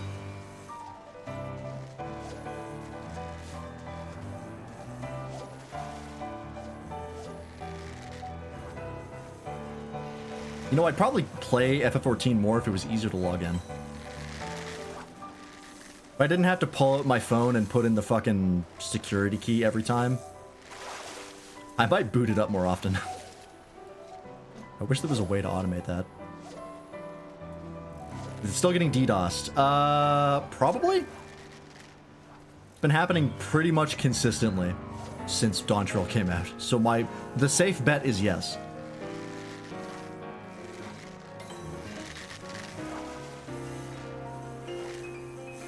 I know it was getting DDoSed a little bit when I was playing, but I haven't played much since then.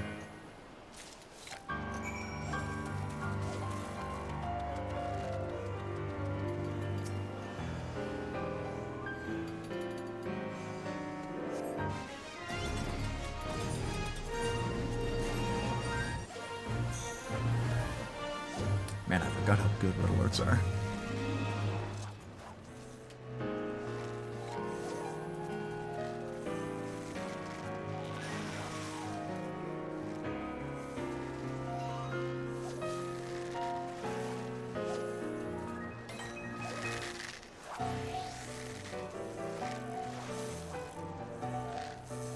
Not gonna lie, I'm tempted to resub just to fish.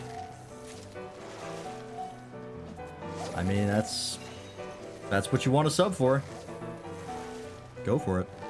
Be the casual that you wish you were.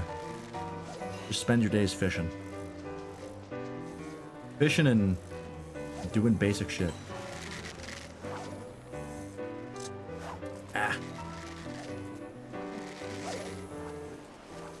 I know I won't play enough to justify the sub. That's fair. I've stayed on sub because I have a house and I still play weekly. Or at least try to. But the sub is expensive.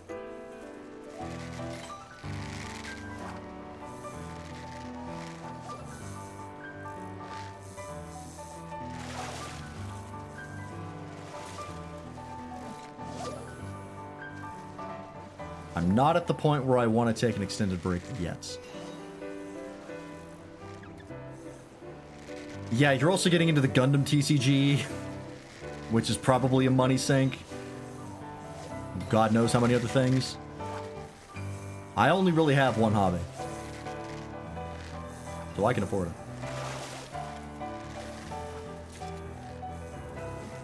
Yeah, I don't build gunplay anymore either. I do kind of miss it. I still have one. I have the master grade build strike that I never, I bought but never started. But I think I'm happy with my gunplay collection. I think I got what I wanted out of it. Especially since we were streaming it, and I don't even stream on Mondays anymore. I'm back down to 3 days, and I barely even hit 4 hours of stream nowadays.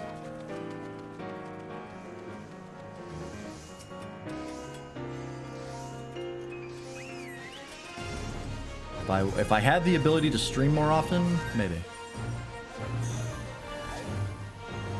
Did I show you my playmat for card games? I don't think you did, no.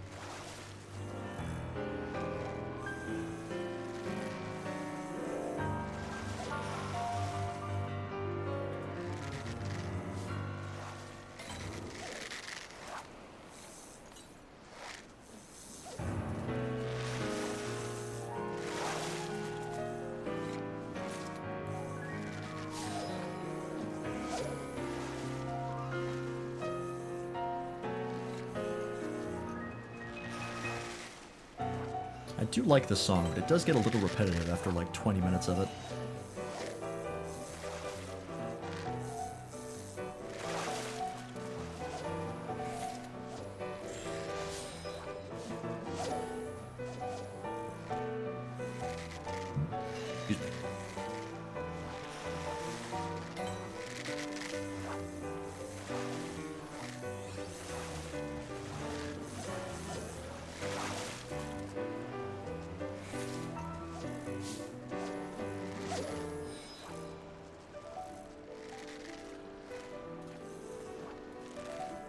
Oh, I just looked at this horizon. That's actually really cool. All the seawater getting sucked into the sky. That's actually super cool. Had to be after ad school.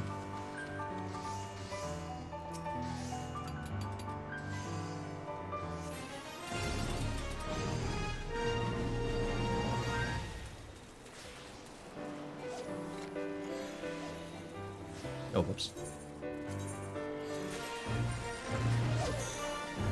Tatsune Miku with a Zaku 2? Of course.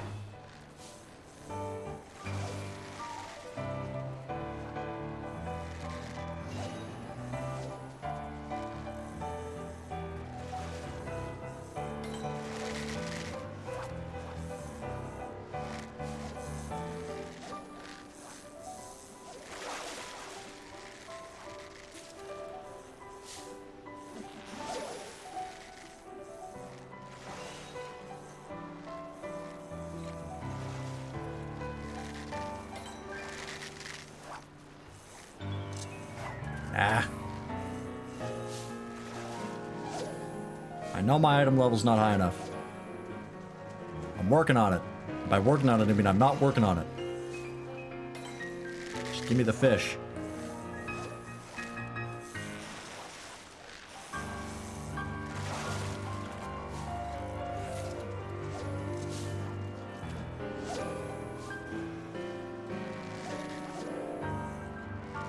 I work on getting Fisher to max level, but I got sucked into another gacha, so I'm busy.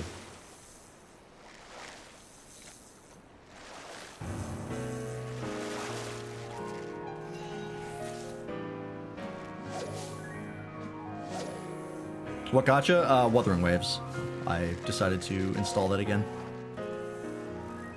And I've been playing it a little bit. Trying to get through more of the story. Yeah, it sucked me back in. I also installed PGR again just to check it out, but I played it for like 30 minutes and I was like, oh yeah, I remember why I stopped playing. This UI is ridiculous. Even though I played a shit ton of PGR back in the day. God damn it. But some of the new units for Wuthering Waves were cool enough that I was like, you know what? I'll give it another shot. And then I got one of them. I was like, oh hell yeah.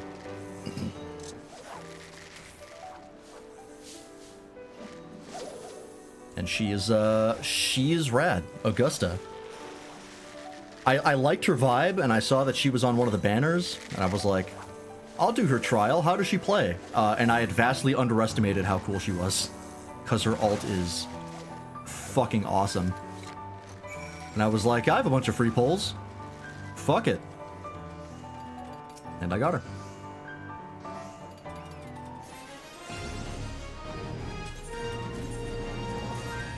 Alright, let me get one more in. Uma's my main game now, and I hate to admit it. Yeah, gotchas will do that to you. Remember for Vera from PGR? How could I forget? Mommy Vera. Of course I remember. What about her? I know she has a new unit, if that's what you're gonna say. Her English VA now voices Ilsa from GBF. Oh, that's cool. Do I play PGR in English? I don't think I do, actually. I don't think I'm gonna be able to finish this. Drill Sergeant to Zeta's group.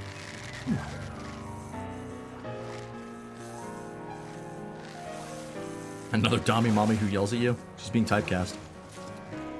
I would say she's being typecast, but she doesn't voice Yin Lin in Wuthering Waves, as far as I can tell. And Yin Lin is basically the same character.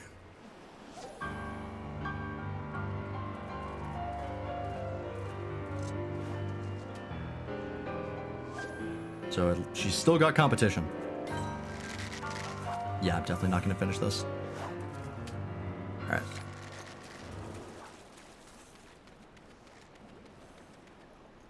One of her voice lines is calling whoever she's yelling at a big baby and just stand back up. Fair enough. We'll just automatically fail it. Probably, right? Yeah.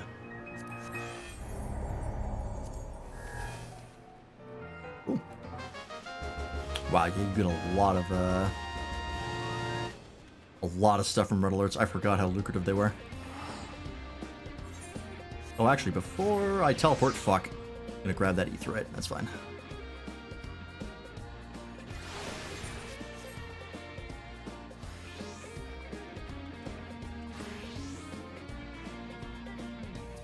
Alright, if I want to level up Fisher, do this right now. No, you know what? I'm gonna do Blacksmith, because I think I get more rewards from it, because I have the hammer. Yeah.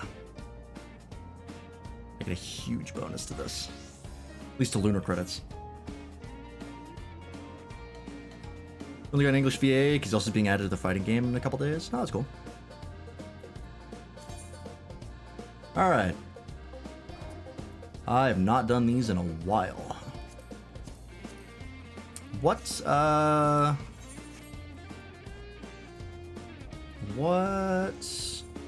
experience do I need for the next level? A little bit of everything, okay. But mainly experience 5. Okay. Can you only get that through EX? No? Actually don't know where to get that.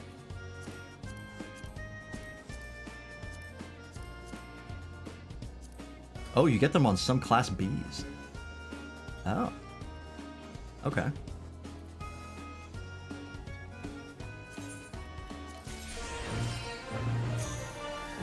Alright. Trying to remember how to craft. That's a lot of quality.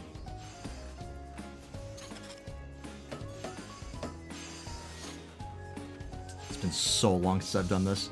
Oh my god.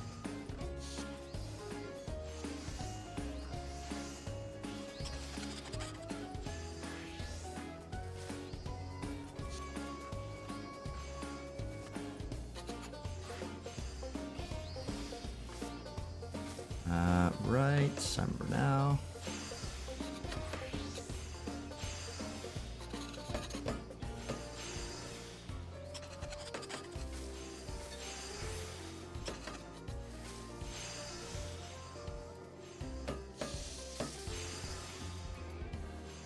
And then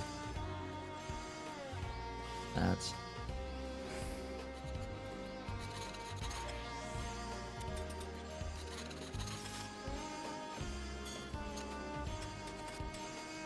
Hey, Toaster. Everything in my life is falling apart and someone shit my pants. You'll find him. I believe in you. How's it going? It's this and this.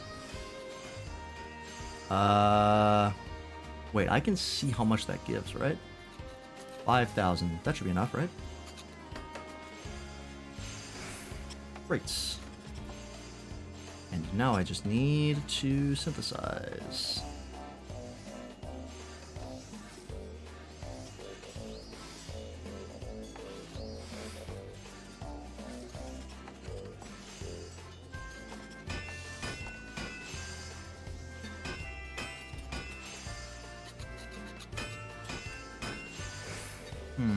I think I've miscalculated.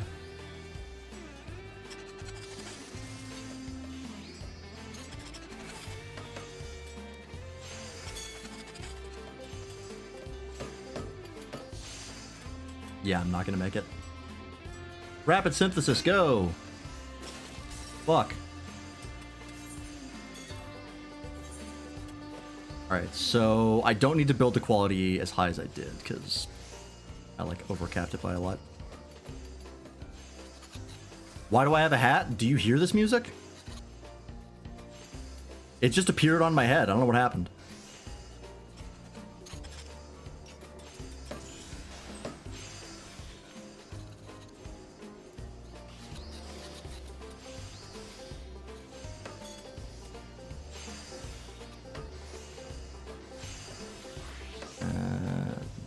That should be good. I just do this.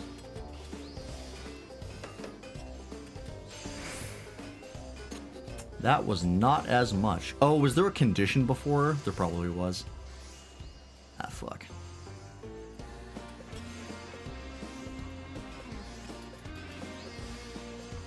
I was trying to tune it out. Fair.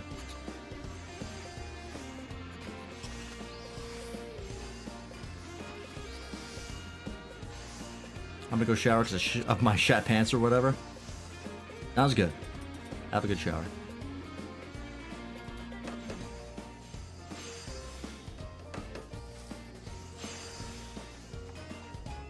Ooh, yeah, I'm super rusty. I have not done this in a hot minute.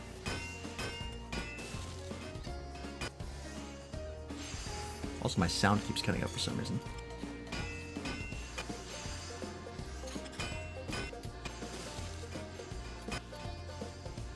Oh yeah, the sound is freaking out. Balls. I should probably just look up a crafting calculator for this and just use a macro. That would be easier. Yeah, let's do this instead.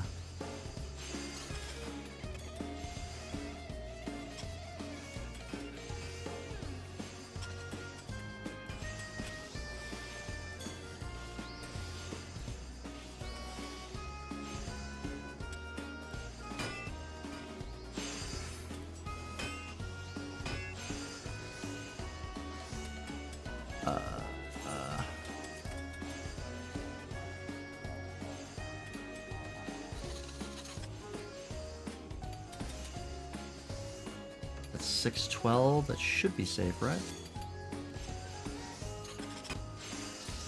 Damn it. That was not what I wanted to do.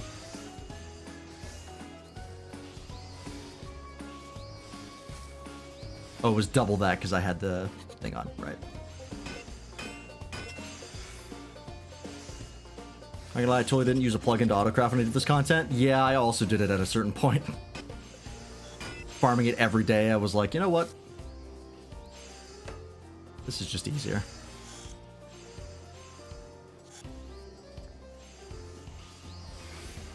Alright, let's see if I can do this time.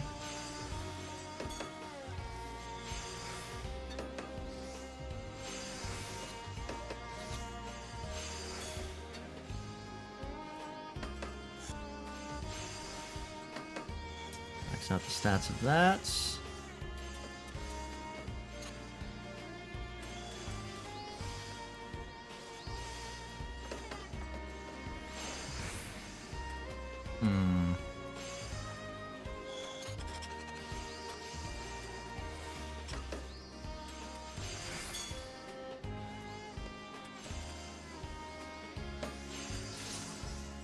Okay, that could have been better.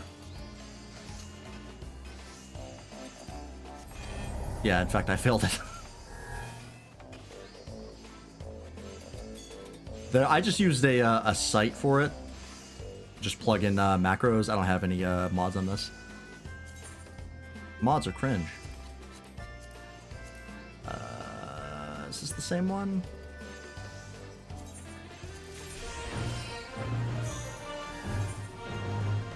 Okay. So what did I do here?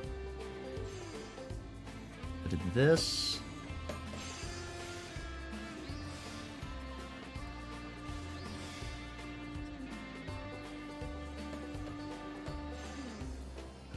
That.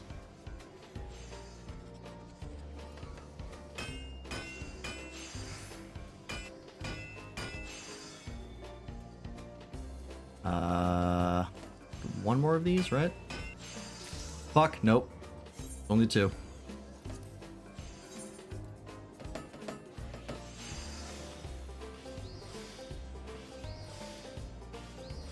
Yeah, you don't have any installed because you don't have 14 installed.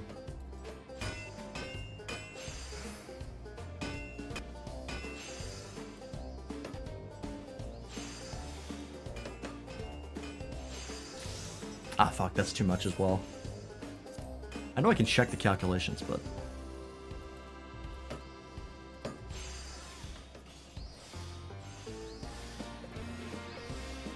we're building them at least.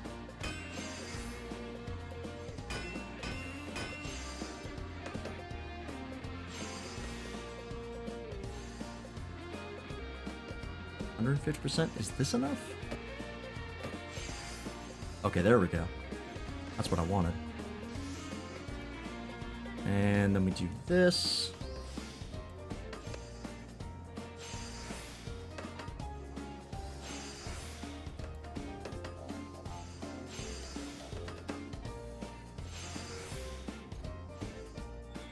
I don't have enough durability for this.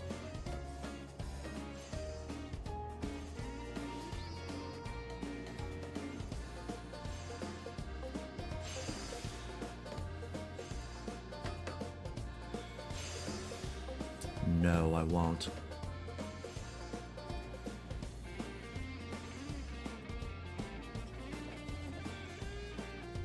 I will have to use this. Which means I can't use one of the things to boost this. Nope, I ran out. Fuck. I did my math wrong.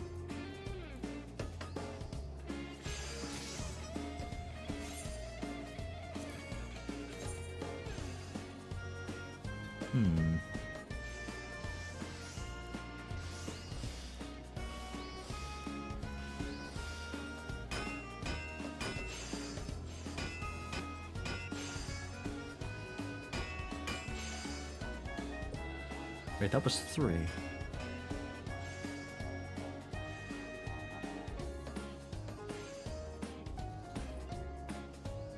That not... There must have been a condition in there. No, because that only affects quality. Why? I must have fucked up somewhere. Off to a great start.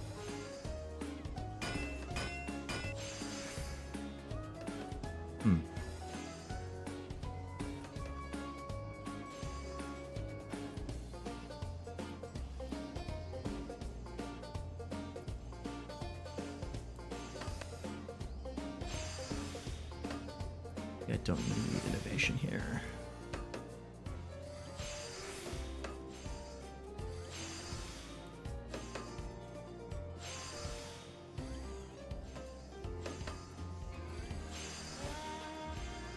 Nope, I fucked up again.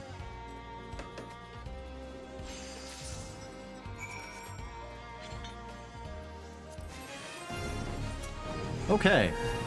I think it might just be time to use an autocrafter. because I can't craft for shit. I have not done this in so long. Literally since the last planet came out. Also, my item level is low because I don't do any crafting. Let me pull this up.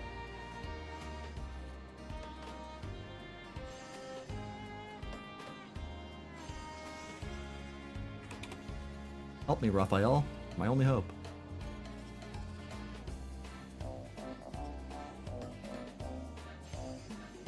That over here. Alright, what are my stats? Where do I check that again?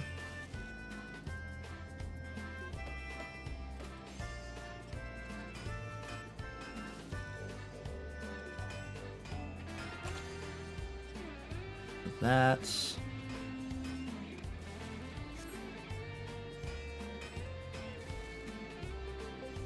and this...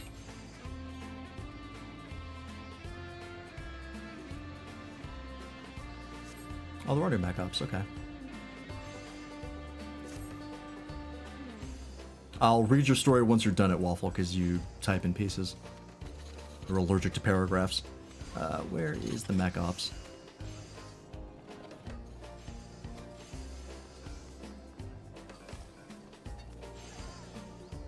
That means having to work. I was in the bathroom. One of the museum guests walked in. I was washing my hands. Oh, right, yeah. You have long hair. Made the dude do a double take at the bathroom sign because he thought he was in the wrong bathroom. That's funny. That is funny. Where the fuck are the mech ops? Oh, there they are. They have an actual icon over them now.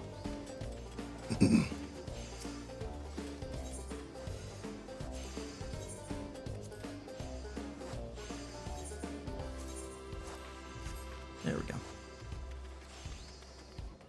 My coworker's like, you should have done a full hair flip. Give them the L'Oreal commercial. That is fair. I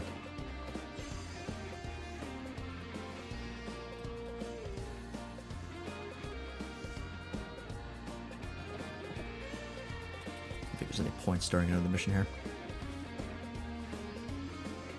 I think after this mech op, I think we'll go back and check the Phantom Weapon quest to see what exactly that entails. And then we might come back here. But just in case that is for some reason lengthy, we'll do it now. Heard it's very grindy. Oh, it wasn't selected, damn it. I heard it was reasonably grindy for a relic weapon step. People will complain about anything when it comes to relic weapons, so. Ground supports.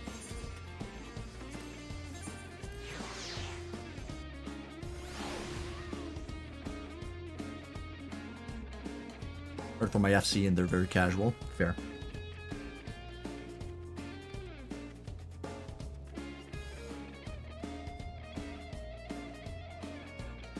From what I've seen of it, it looks pretty similar to one of the previous steps, and it really wasn't that bad. And it's a one-time grind anyways, so. I also don't think it's RNG. I think it is just you have to do a bunch of content a lot.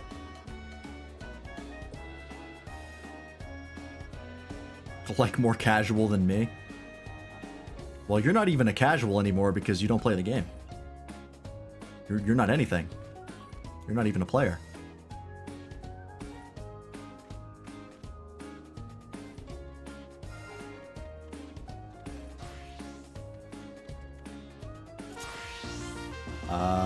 What the fuck do we do here?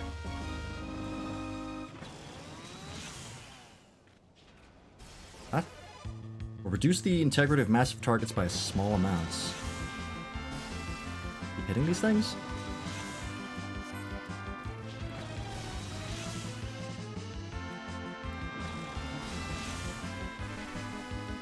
Or am I supposed to be doing this on the small ones?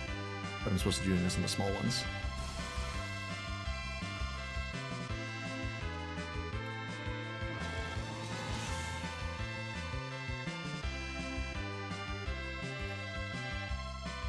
Oh, subterranean ones. Oh, we use this on the ground ones. I see now. I can read.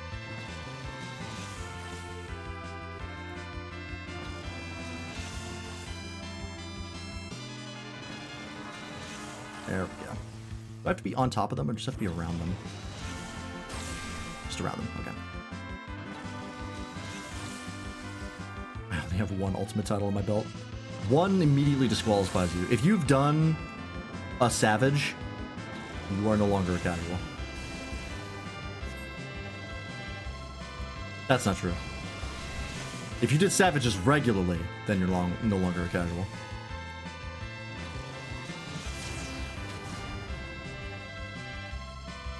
Oh, this is cool. It spawns like a boss. Are you a casual? You don't play the game, so no.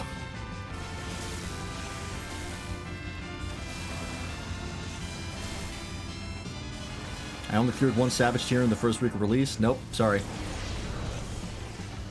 You're disqualified. I regret to inform you.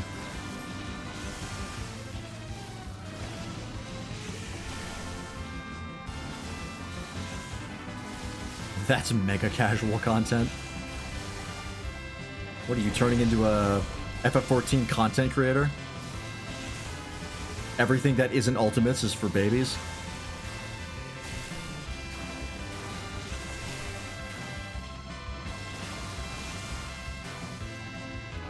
Yes. Gotta chase that money. I have a 30-hour-long video on why FF14 is dying. Bro, only 30 hours? It's about having multiple small videos. Come on, man. Get with it. Grab that H-ray one over here. 29 hours of that being ads. Now we're talking. I'm glad that those videos have finally stopped being made. It took like a year and a half. People to shut the fuck up about Dawntrail, but it happened.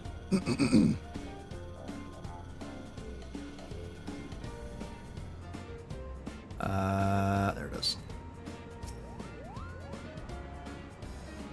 Or at least I assume it happened. I actually don't know.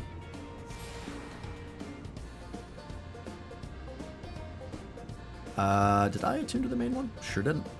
Right. Because the Dawntrail hate boners died down. Well, I wouldn't say that. If you bring up Dawntrail, you're gonna get some people in your comments.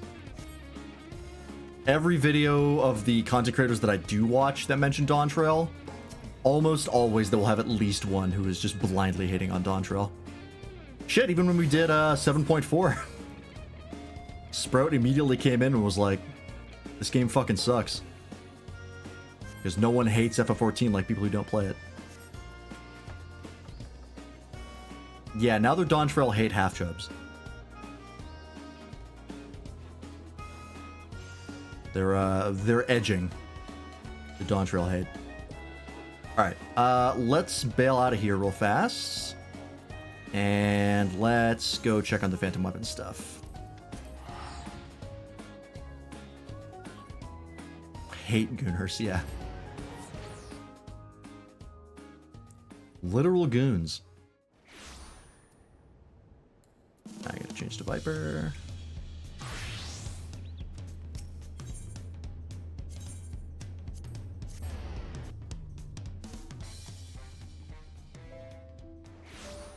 That's why they all look like they're on the verge of orgasm in every video. If they got any angrier, they'd bust. And they have to throw out the footage. I'm more in techniques. If you had a voice, I don't remember what it was. Good to see you. That weapon of yours... Oh, well, thankfully, your accent is phonetic. That weapon of yours is treating you well? I did it. Me and the crew might not be cut out for the fighters of battle, but that equipping an understanding adventurer like yourself is its own reward. Any road, I'm keen to get your phantom weapon enhanced again, but good old ain't up to the task just yet. That's not to say he's gotten work shy in mind. The bugger seems to be giving the old endeavor some thought. I'm sure he'll tell you what he's been scheming at any rate. Can't be abandoned via the journal for some reason. Alright. Alright, girl, what do you got for me? Weren't you also Scottish?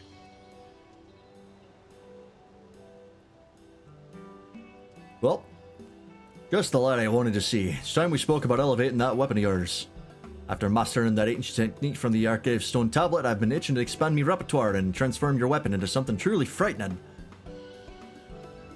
But if we start tinkering without that vision in mind, the progress we've made will vanish into thin air like some bloody conjurer's trick. Which is why I've got the expedition's archaeologists scouring the records for the perfect technique. Yeah, I am disappointed that the Geralt reflection wasn't linked to the relic weapons in any way.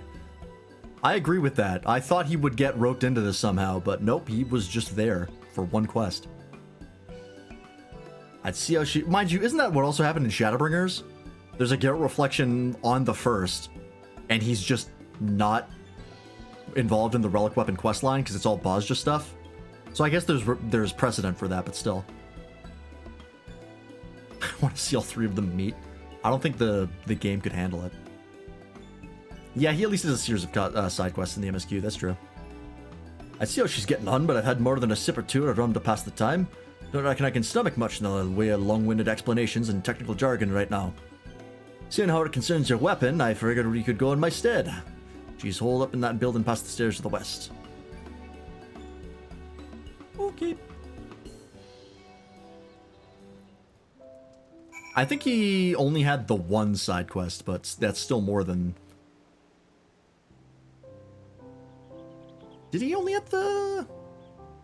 No, he had multiple, didn't he? I think he had like 2, maybe? Or like fetch quests? The guy in Shadowbringers, I'm thinking? Did he have that many? Because I know at one point he tells you to fuck off to go do one of the role quests. But I can't remember much outside of that. I thought it was like only 1 or 2. But it's been years since I did Shadowbringers, so I don't remember. Or was it right before that? I thought it was the end step. Oh. Anyways. Ah, you must be Lance. If you're here regarding Geralt's request, I've just now finished collating my findings. Some invaluable insight from the archive, I might add. I've identified 3 promising methods of enhancement that may prove compatible with your Fendom weapon. The first is a scatic technique known as hex carving. Next we have Karnak Forgecraft. Karnak. That sounds familiar.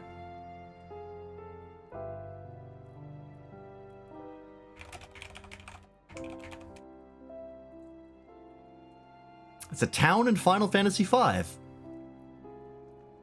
I knew it was a reference. Right. Oh, yeah, it's the fireplace. I remember now. A method for imbuing arcane armaments that originates from the self-same city. And last but not least, the Mahaki technique of etheric conversion. I'd be delighted to provide a brief summary should any of those have piqued your interest. A bit about Karnak. Are you by any chance familiar with the fabled warriors of Karnak and their fearsome arcane weapons they utilized? In a compositional sense, their blades were perfectly neutral, designed to be subsequently enhanced with all manner of chimerical powers. To achieve this, artisans made use of unaspected crystals during the smithing process. Geralt could replicate this method to enhance your phantom weapon and modify its aspect in one fell swoop.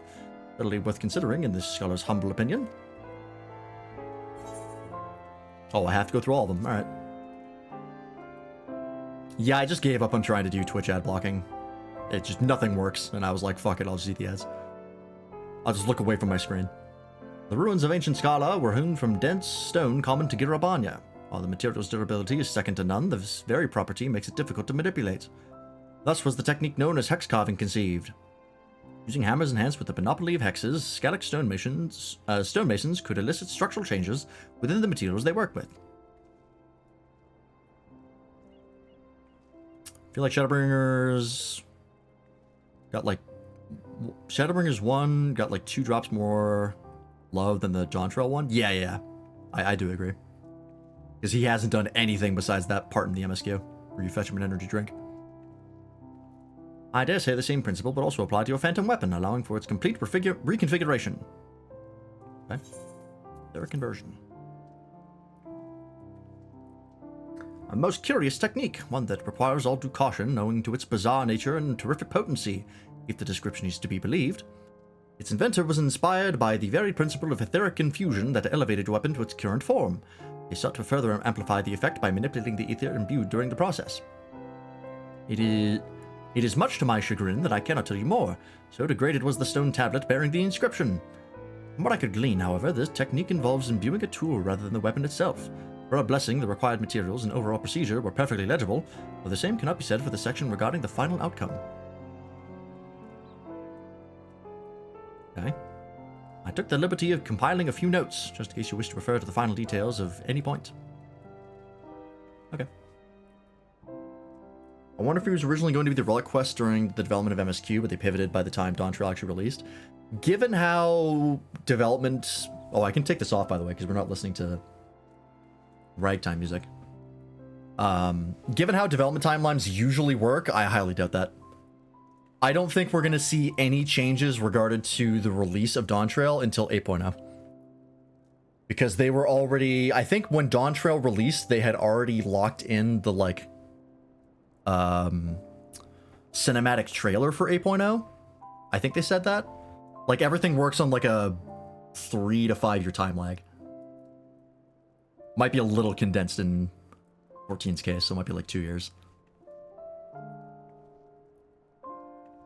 Yeah, it is a weird thing to introduce. I mean, they might have just been like, here's the funny reflection guy. There we go. I don't know. It could have just been a goof. They like to do that sometimes. But yeah, it is a bit odd that he was really inconsequential. Look a reference, please laugh. Kinda. Not just so wish to consult with Geralt before choosing a method to replicate. May your endeavors bear fruit. Like, I think there might be some minor changes regarding the release of Dawntrail to, like, the patch content.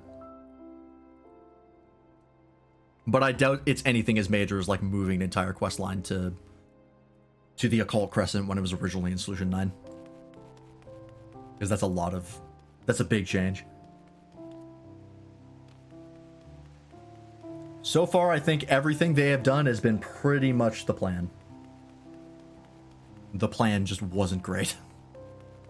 Or at least the execution wasn't great. The plan itself is probably fine. Again, I'm still on my bullshit of, like, they rewrote Dawntrail's script, like, deep into development, and they shouldn't have. But I've explained that already.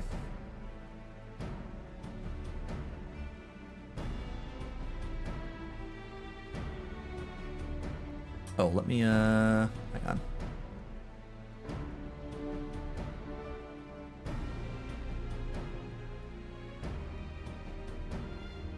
Firefox's memory is a problem.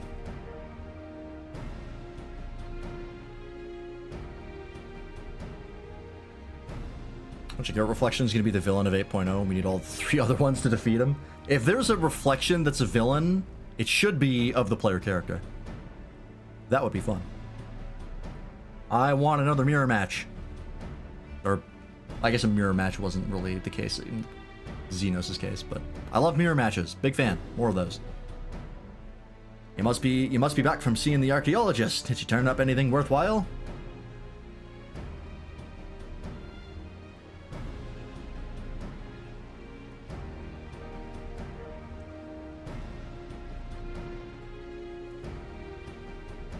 X-Cardigan, huh?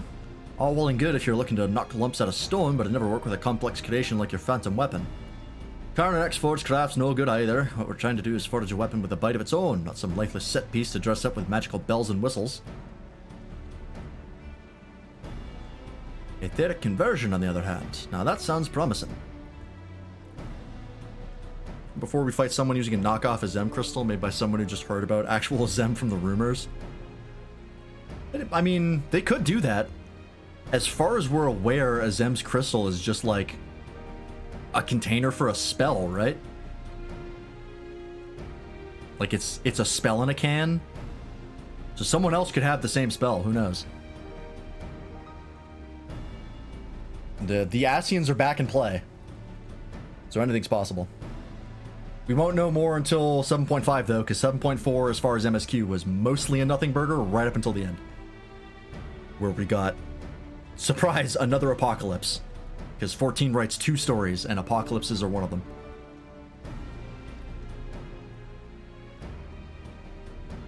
After all, you won't find a technique more compatible with etheric confusion than one inspired by it. As soon as we get me hammer enhanced, I'll have your weapon honed to even deadlier perfection. But there's bits missing from the inscription. A few too many unknowns for my liking. As long as I know what materials I need and what I'm doing with them, we'll be fine. Besides, this technique's the only viable one out of the bloody lot.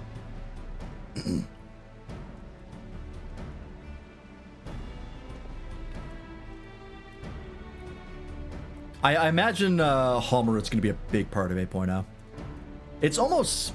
There's a very real possibility that we actually don't, like, take down the Winterers. We, like, actually start working with them. Because based on what they said at the end of 7.4, there's, like, a non-zero chance that we could convince them to work with us. Because we kind of have the same goal. Like, they're trying to winter out the apocalypse, the withering, and we're gonna try and stop it the second we know that it exists. So, allying with an Ascian could be cool.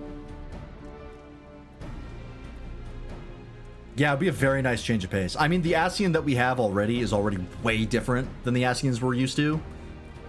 Because, like, all the Ascians we met were, like, mustache-twirling villains. Whereas this one is like, God, I really hope the Warrior of Light didn't see me, because this motherfucker kills people like me for a living. Like, they are shit scared of the Warrior of Light, as they should be. Which is very fun. Yeah, your knack for stoking Geralt's fire never ceased to amaze me. Might I ask what is required to replicate this technique? Perhaps you took some notes during your meeting with the archaeologist.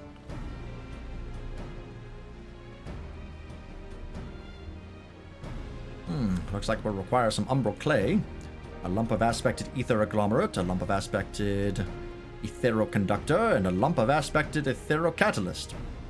As you've doubtless already anticipated, vast quantities of ether. Lots of lumps. Especially since the end of the Ascian arc was us doing everything but getting in bed with the uncentered Ascians. Yeah, we got very well acquainted with them. Rest assured that the ether collection shall not fall to you. With enough time, we can gather sufficient quantities on the isle by ourselves. All I ask is that you procure the 4 ingredients I just mentioned. My website had over 10,000 page views. Probably AI bots. Like scrapers. That's my guess. Unfortunately, the notes didn't specify where and how one might do so, but I believe umbral clay is widely traded in Tyrol. Be sure to find what you need in the markets through your log. As for the aspect additives, a seasoned artisan should be able to craft them, though I'd wager they too can be bought for the right price. Once you deliver the requisite items to Geralt, we shall be ready to replicate the etheric conversion process and enhance his hammer. Alright.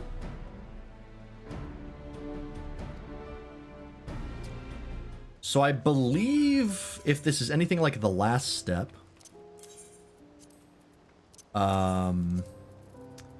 one of these we will buy just from a vendor for like 500k, and then I think the rest you have to buy off the market board or craft them yourself.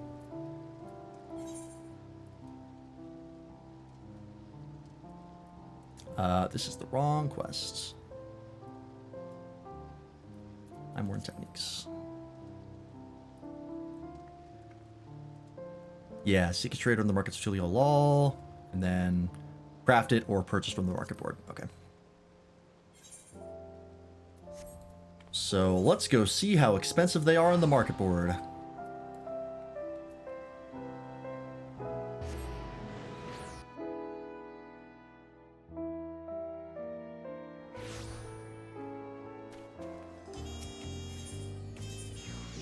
Also, I do not know where to buy the other piece.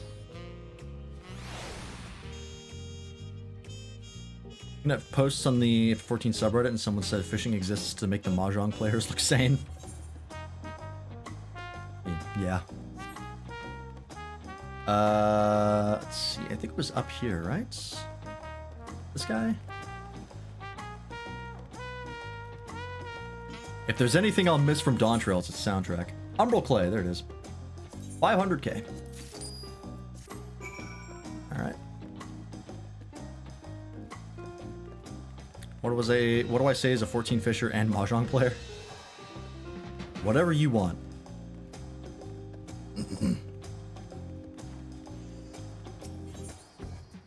If I search aspected.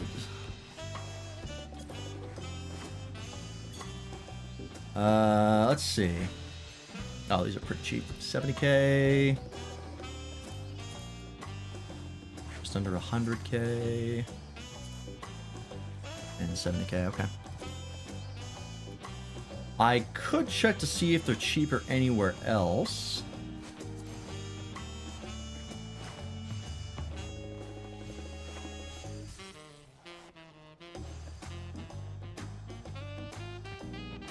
Whoops.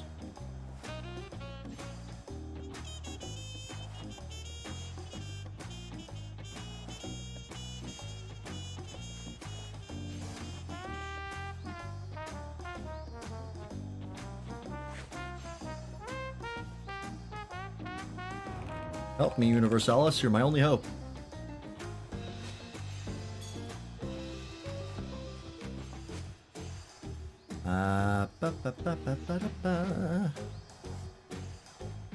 Primal Exodus.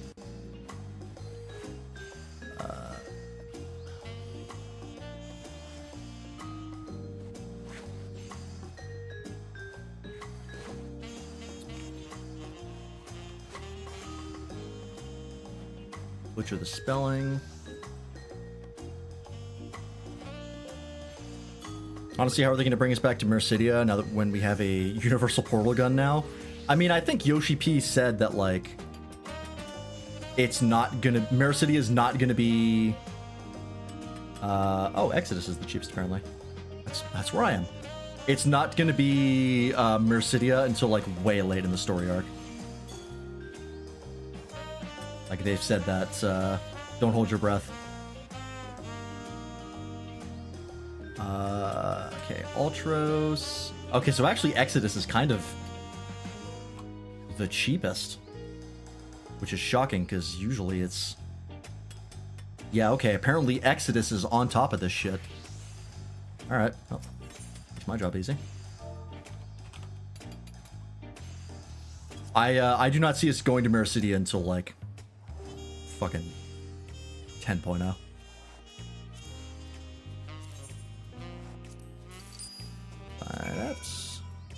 That's what I have this money for.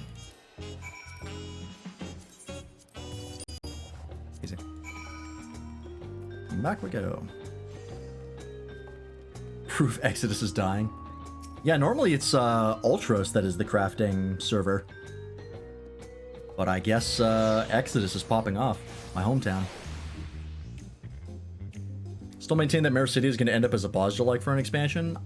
Given that they've mentioned it already, like Yoshi P himself mentioned that we're not going to Mercidia for a while, I don't think that's the case. To mention it by name and it not be like the focus of an expansion would be very odd. We're just not getting to it anytime soon. Find the ingredients I need, you hear? My armor won't enhance itself.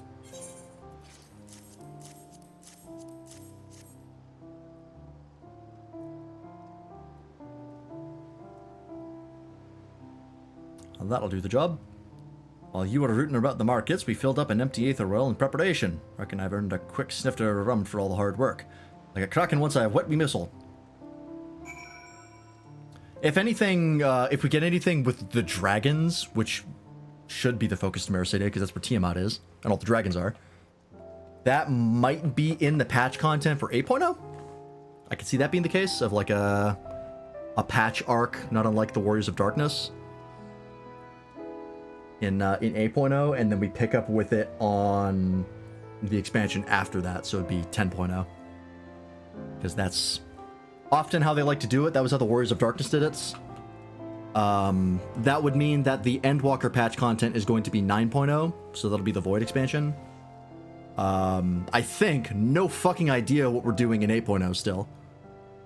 Like, no clues there. But that's my guess. 8.0 is still a mystery, 9.0 will be the Void, 10.0 will be Mercidia, and probably the finale? That That'd be 10 years? Or am I missing an expansion?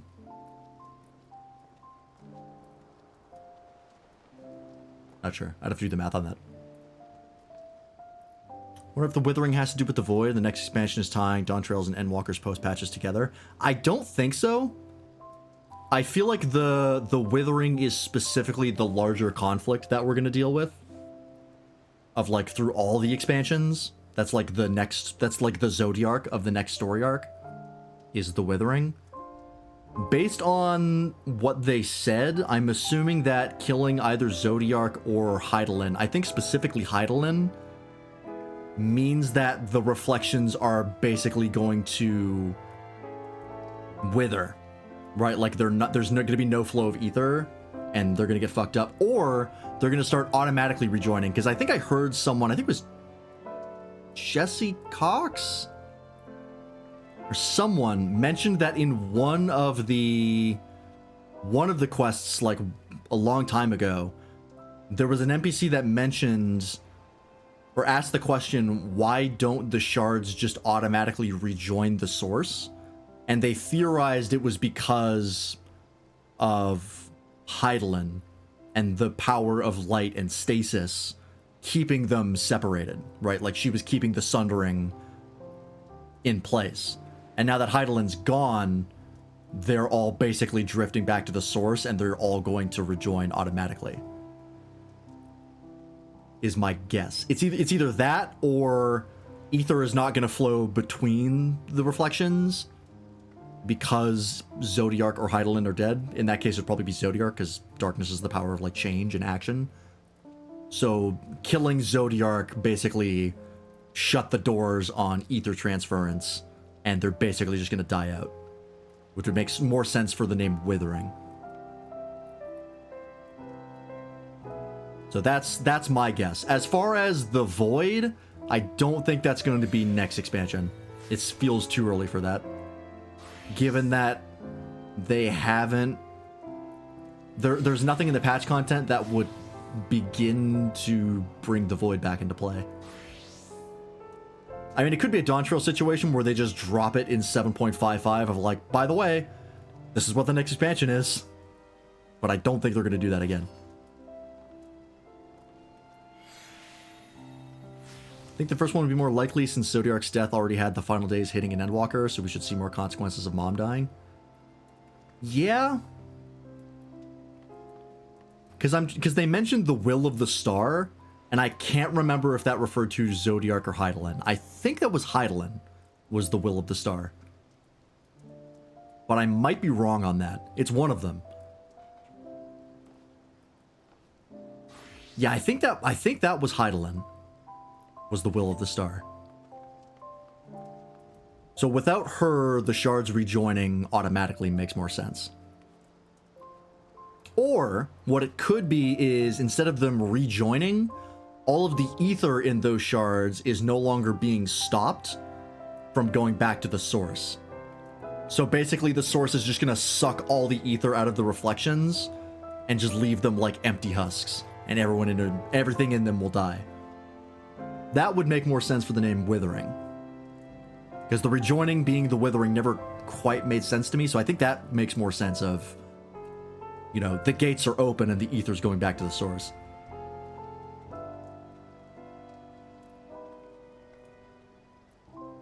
That's my theory. I don't know. Anyways. Just gonna Roomba the entire multiverse? Yeah, pretty much. Hoover them up. Hand over the notes, would you?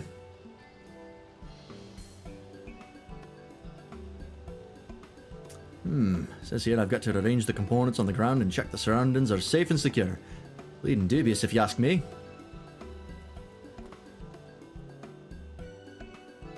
Well, it'd be a pain in the arse if anything happened to the Aether Wells, so I'll set up shop in this big old building. Sit tight, alright?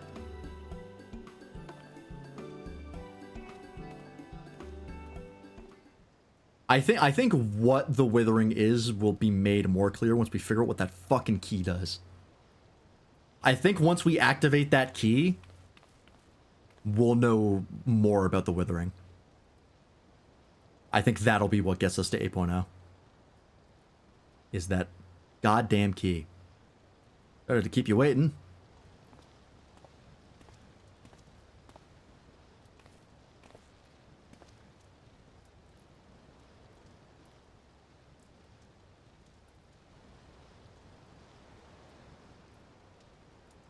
But then again, it could be... Oh, what the fuck? It could be anything because they haven't set up shit for 8.0 still. They've got 2 patches. What the bloody hell is that?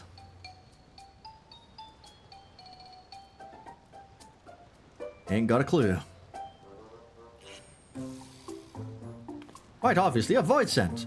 How and why did it get here? Listen, I just followed the instructions. Knead the emerald clay into a pliable state, then shape the mass while combining it with the aspect additives. Next, infuse the form with light given ether. After that, I just recited the words at the end of the note, and next thing I knew, this little bugger was staring back at me.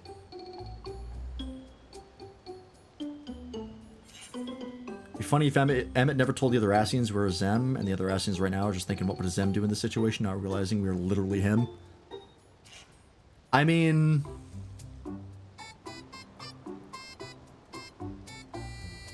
There's a pretty reasonable shot that Emmett did not tell any other Asians that we are a Zem shard. Especially since I think the moment he noticed it, we killed him. Like, wasn't that literally right before we killed him? So yeah, I don't think any of the Asians know.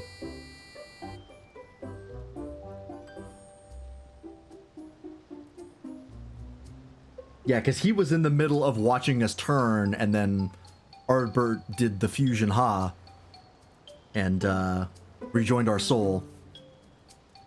And then literally as we were doing that, he was like, no, it can't be. And that was it. And then we were like, yeah, you, yeah. And then we killed him. Really masterful summoning, bravo. These gods-given hands are ever work even work wonders with a lump of bleeding clay. The instructions didn't bear any obvious relation to the summoning of void scent. I doubt that would have been apparent were the missing information to hand. Was this really supposed to happen? Afraid I don't see the connection between the puddle of gubbins and phantom weaponry.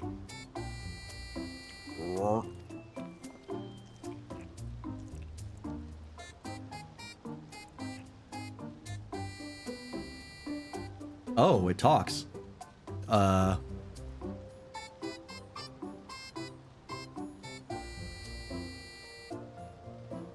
on.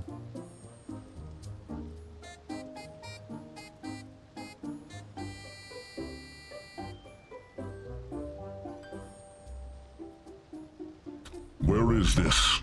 Who am I?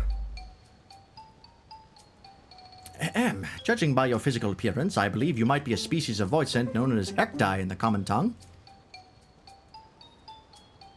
You are wrong. I was not so feeble of frame. Well, that body of yours is just what I cobbled together from the clay and whatnot. I'm guessing your real form was something else entirely. Come to think of it, I recall hearing that summoned void scent require an appropriate vessel if they are to function effectively in this world. Perhaps your clay construction is unsuitable for this particular creature, thus limiting its power. I forget, did Elidibus figure out we were a Zem during the Pandemonium arc? No, I don't believe so. I don't think that ever came up. How do we know what kind of vessel the bleeding thing needs if we don't know its proper form? I cannot remember. Just out of bloody luck. This is unpleasant. I want to go home. Wait, if you buggered off, we're back to square one. If you need my services, I demand ether. Much ether. Welcome to the second part of the grind, huh? Let's form a pact. I'd level the Reaper, I know what's up. Yeah, if he did remember us, he remembered us too late.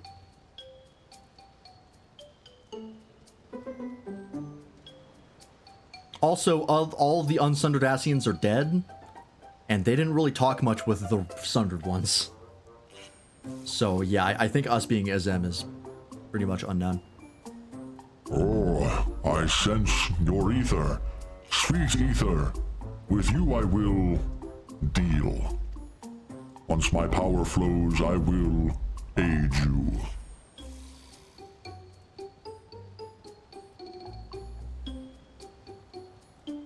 Alright. If this really is part of the process, we'll have to help the little blugger unleash their true power before we even think of enhancing Geralt Sammer. Either way, glad to have you on board again.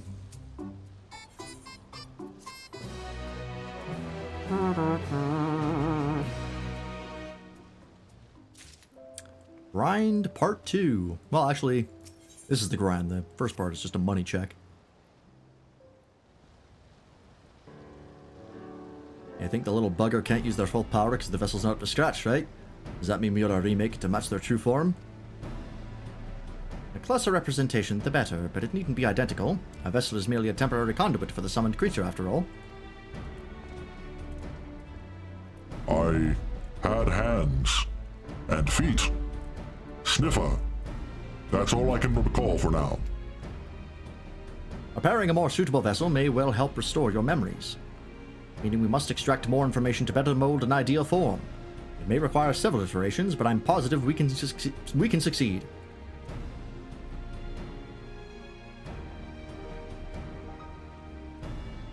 But remaking it anyway, I have a mind to work some crystal paste into the mixture. It's clay containing a specific proportion of pulverized crystal, and with it plenty of ether. Reckon that ought to improve the bond between the bugger and the vessel. I'm gonna go lay down now, sounds good. And where are we gonna get all of this crystal paste? It's easy enough to come across, especially on old battlefields and in places that have seen combat. Back to Bosja. 100 portions of the stuff should do the trick. Sounds like more bleed and busy work. That's what I specialize in.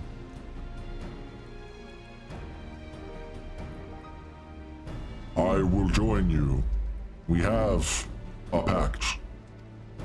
The journey may help me remember. Remember who you are. You best take this.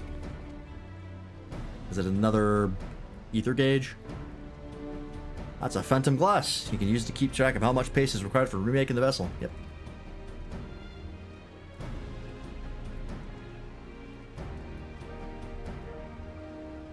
Just like Dorakuli said, this will likely take a few tries before to get the vessel to rights, and that means I'll need you to gather multiple batches of paste. Just how many batches that proves to be, we'll soon find out. It's actually 300 you need. Hope you like roulettes.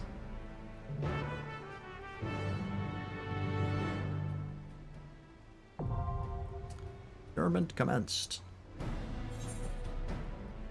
To enhance Geralt's hammer and imbue your phantom weapon with greater power, you will need to avail yourself of the summoned Void Sense strength. As the creature's capabilities are currently limited, however, its vessel must be built anew. The greater its attunement to said vessel, the greater its power will grow. Crystal paste Geralt requires for this task can be obtained by completing various duties. On the Occult Crescent's south horn, crystal paste can be obtained from critical encounters, excluding the Fork Tower Blood. You may use the phantom glass to gauge progress and confirm which duties crystal paste can be obtained from. Please note the current quest in pursuit of perfection cannot be abandoned via the journal. Yeah, okay. Okay, so what are the options here? So critical encounters.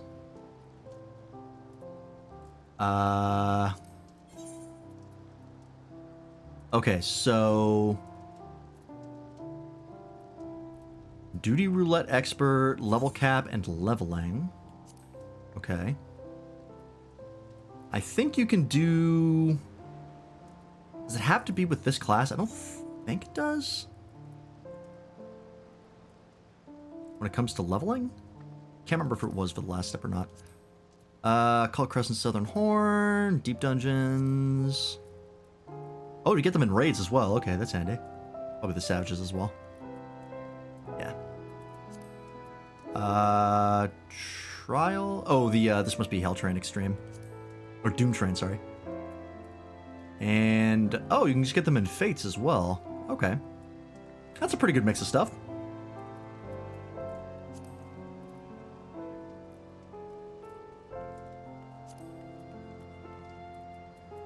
Now, the real question is, do you only get one per thing, or is it different depending on what you do?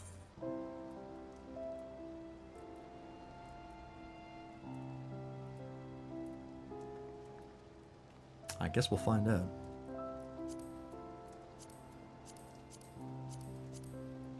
Okay. Alright, I'll do that off stream, because that is just a bunch of grinding.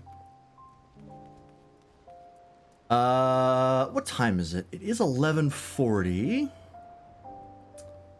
Do we want to go back to Cosmic Exploration right now?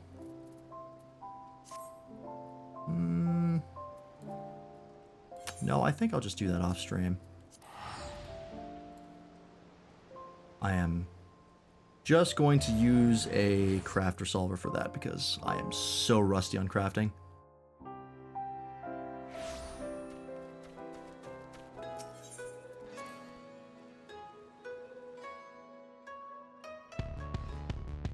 But I will quickly do these because I keep forgetting about these. We'll keep buying my paintings. Sweet. Okay.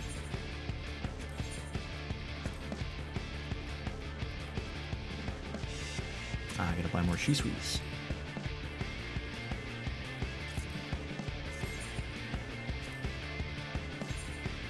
Oh, whoops.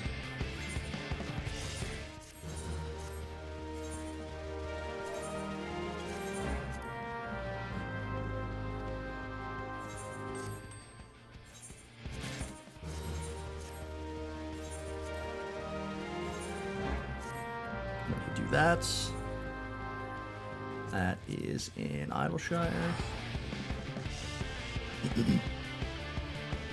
Alright, we'll probably end stream slightly early. Not that early, really. Because I think that is pretty much it for 7.41.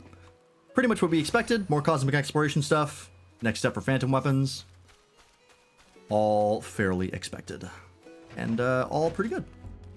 The new cosmic exploration stuff is pretty interesting. Give me and Shiswees, please.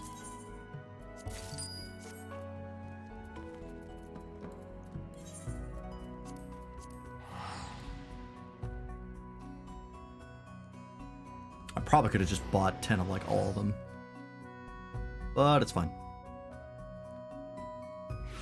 But yeah, I'll be doing some grinding off stream to get some progress in on that, see how bad the grind is, and yeah, I think that'll be about it. Oh, yeah, I still have actually plenty of the other ones.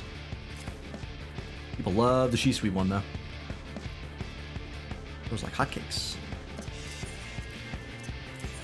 Oh, and before I forget, let me see. Are these worth anything? Someone gets it for real cheap.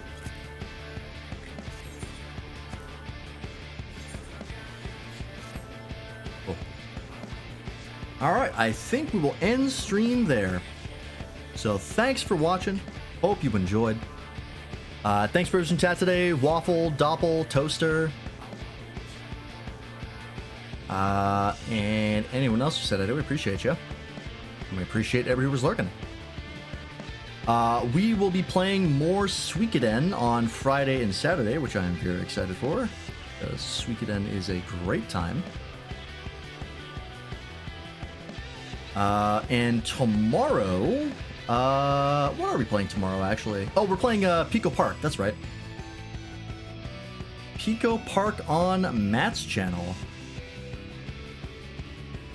So go check us out there. I'm not sure Doppel's here right now, so let me look at the commands.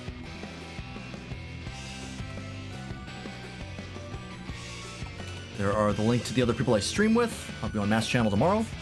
And there is the link to the Discord where you can, yes, stream alerts, stream schedule, get in contact with the community and us. Let's see what we're dropping you off tonight, shall we?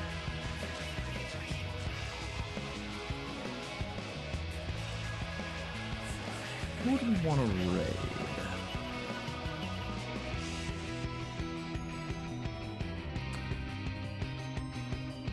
You know what? We haven't rated Mac in a while. Let's go raid Mac. Oops.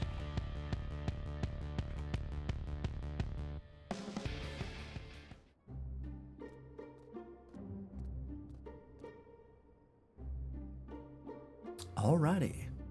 If you don't know Mac, Mac is an artist, big Pokemon fan. He's actually, I think, working on a Pokemon piece right now. That looks very cute. And yes, all-around great person. You'll have fun over there.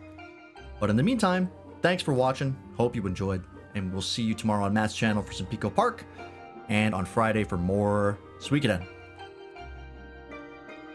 Bye bye.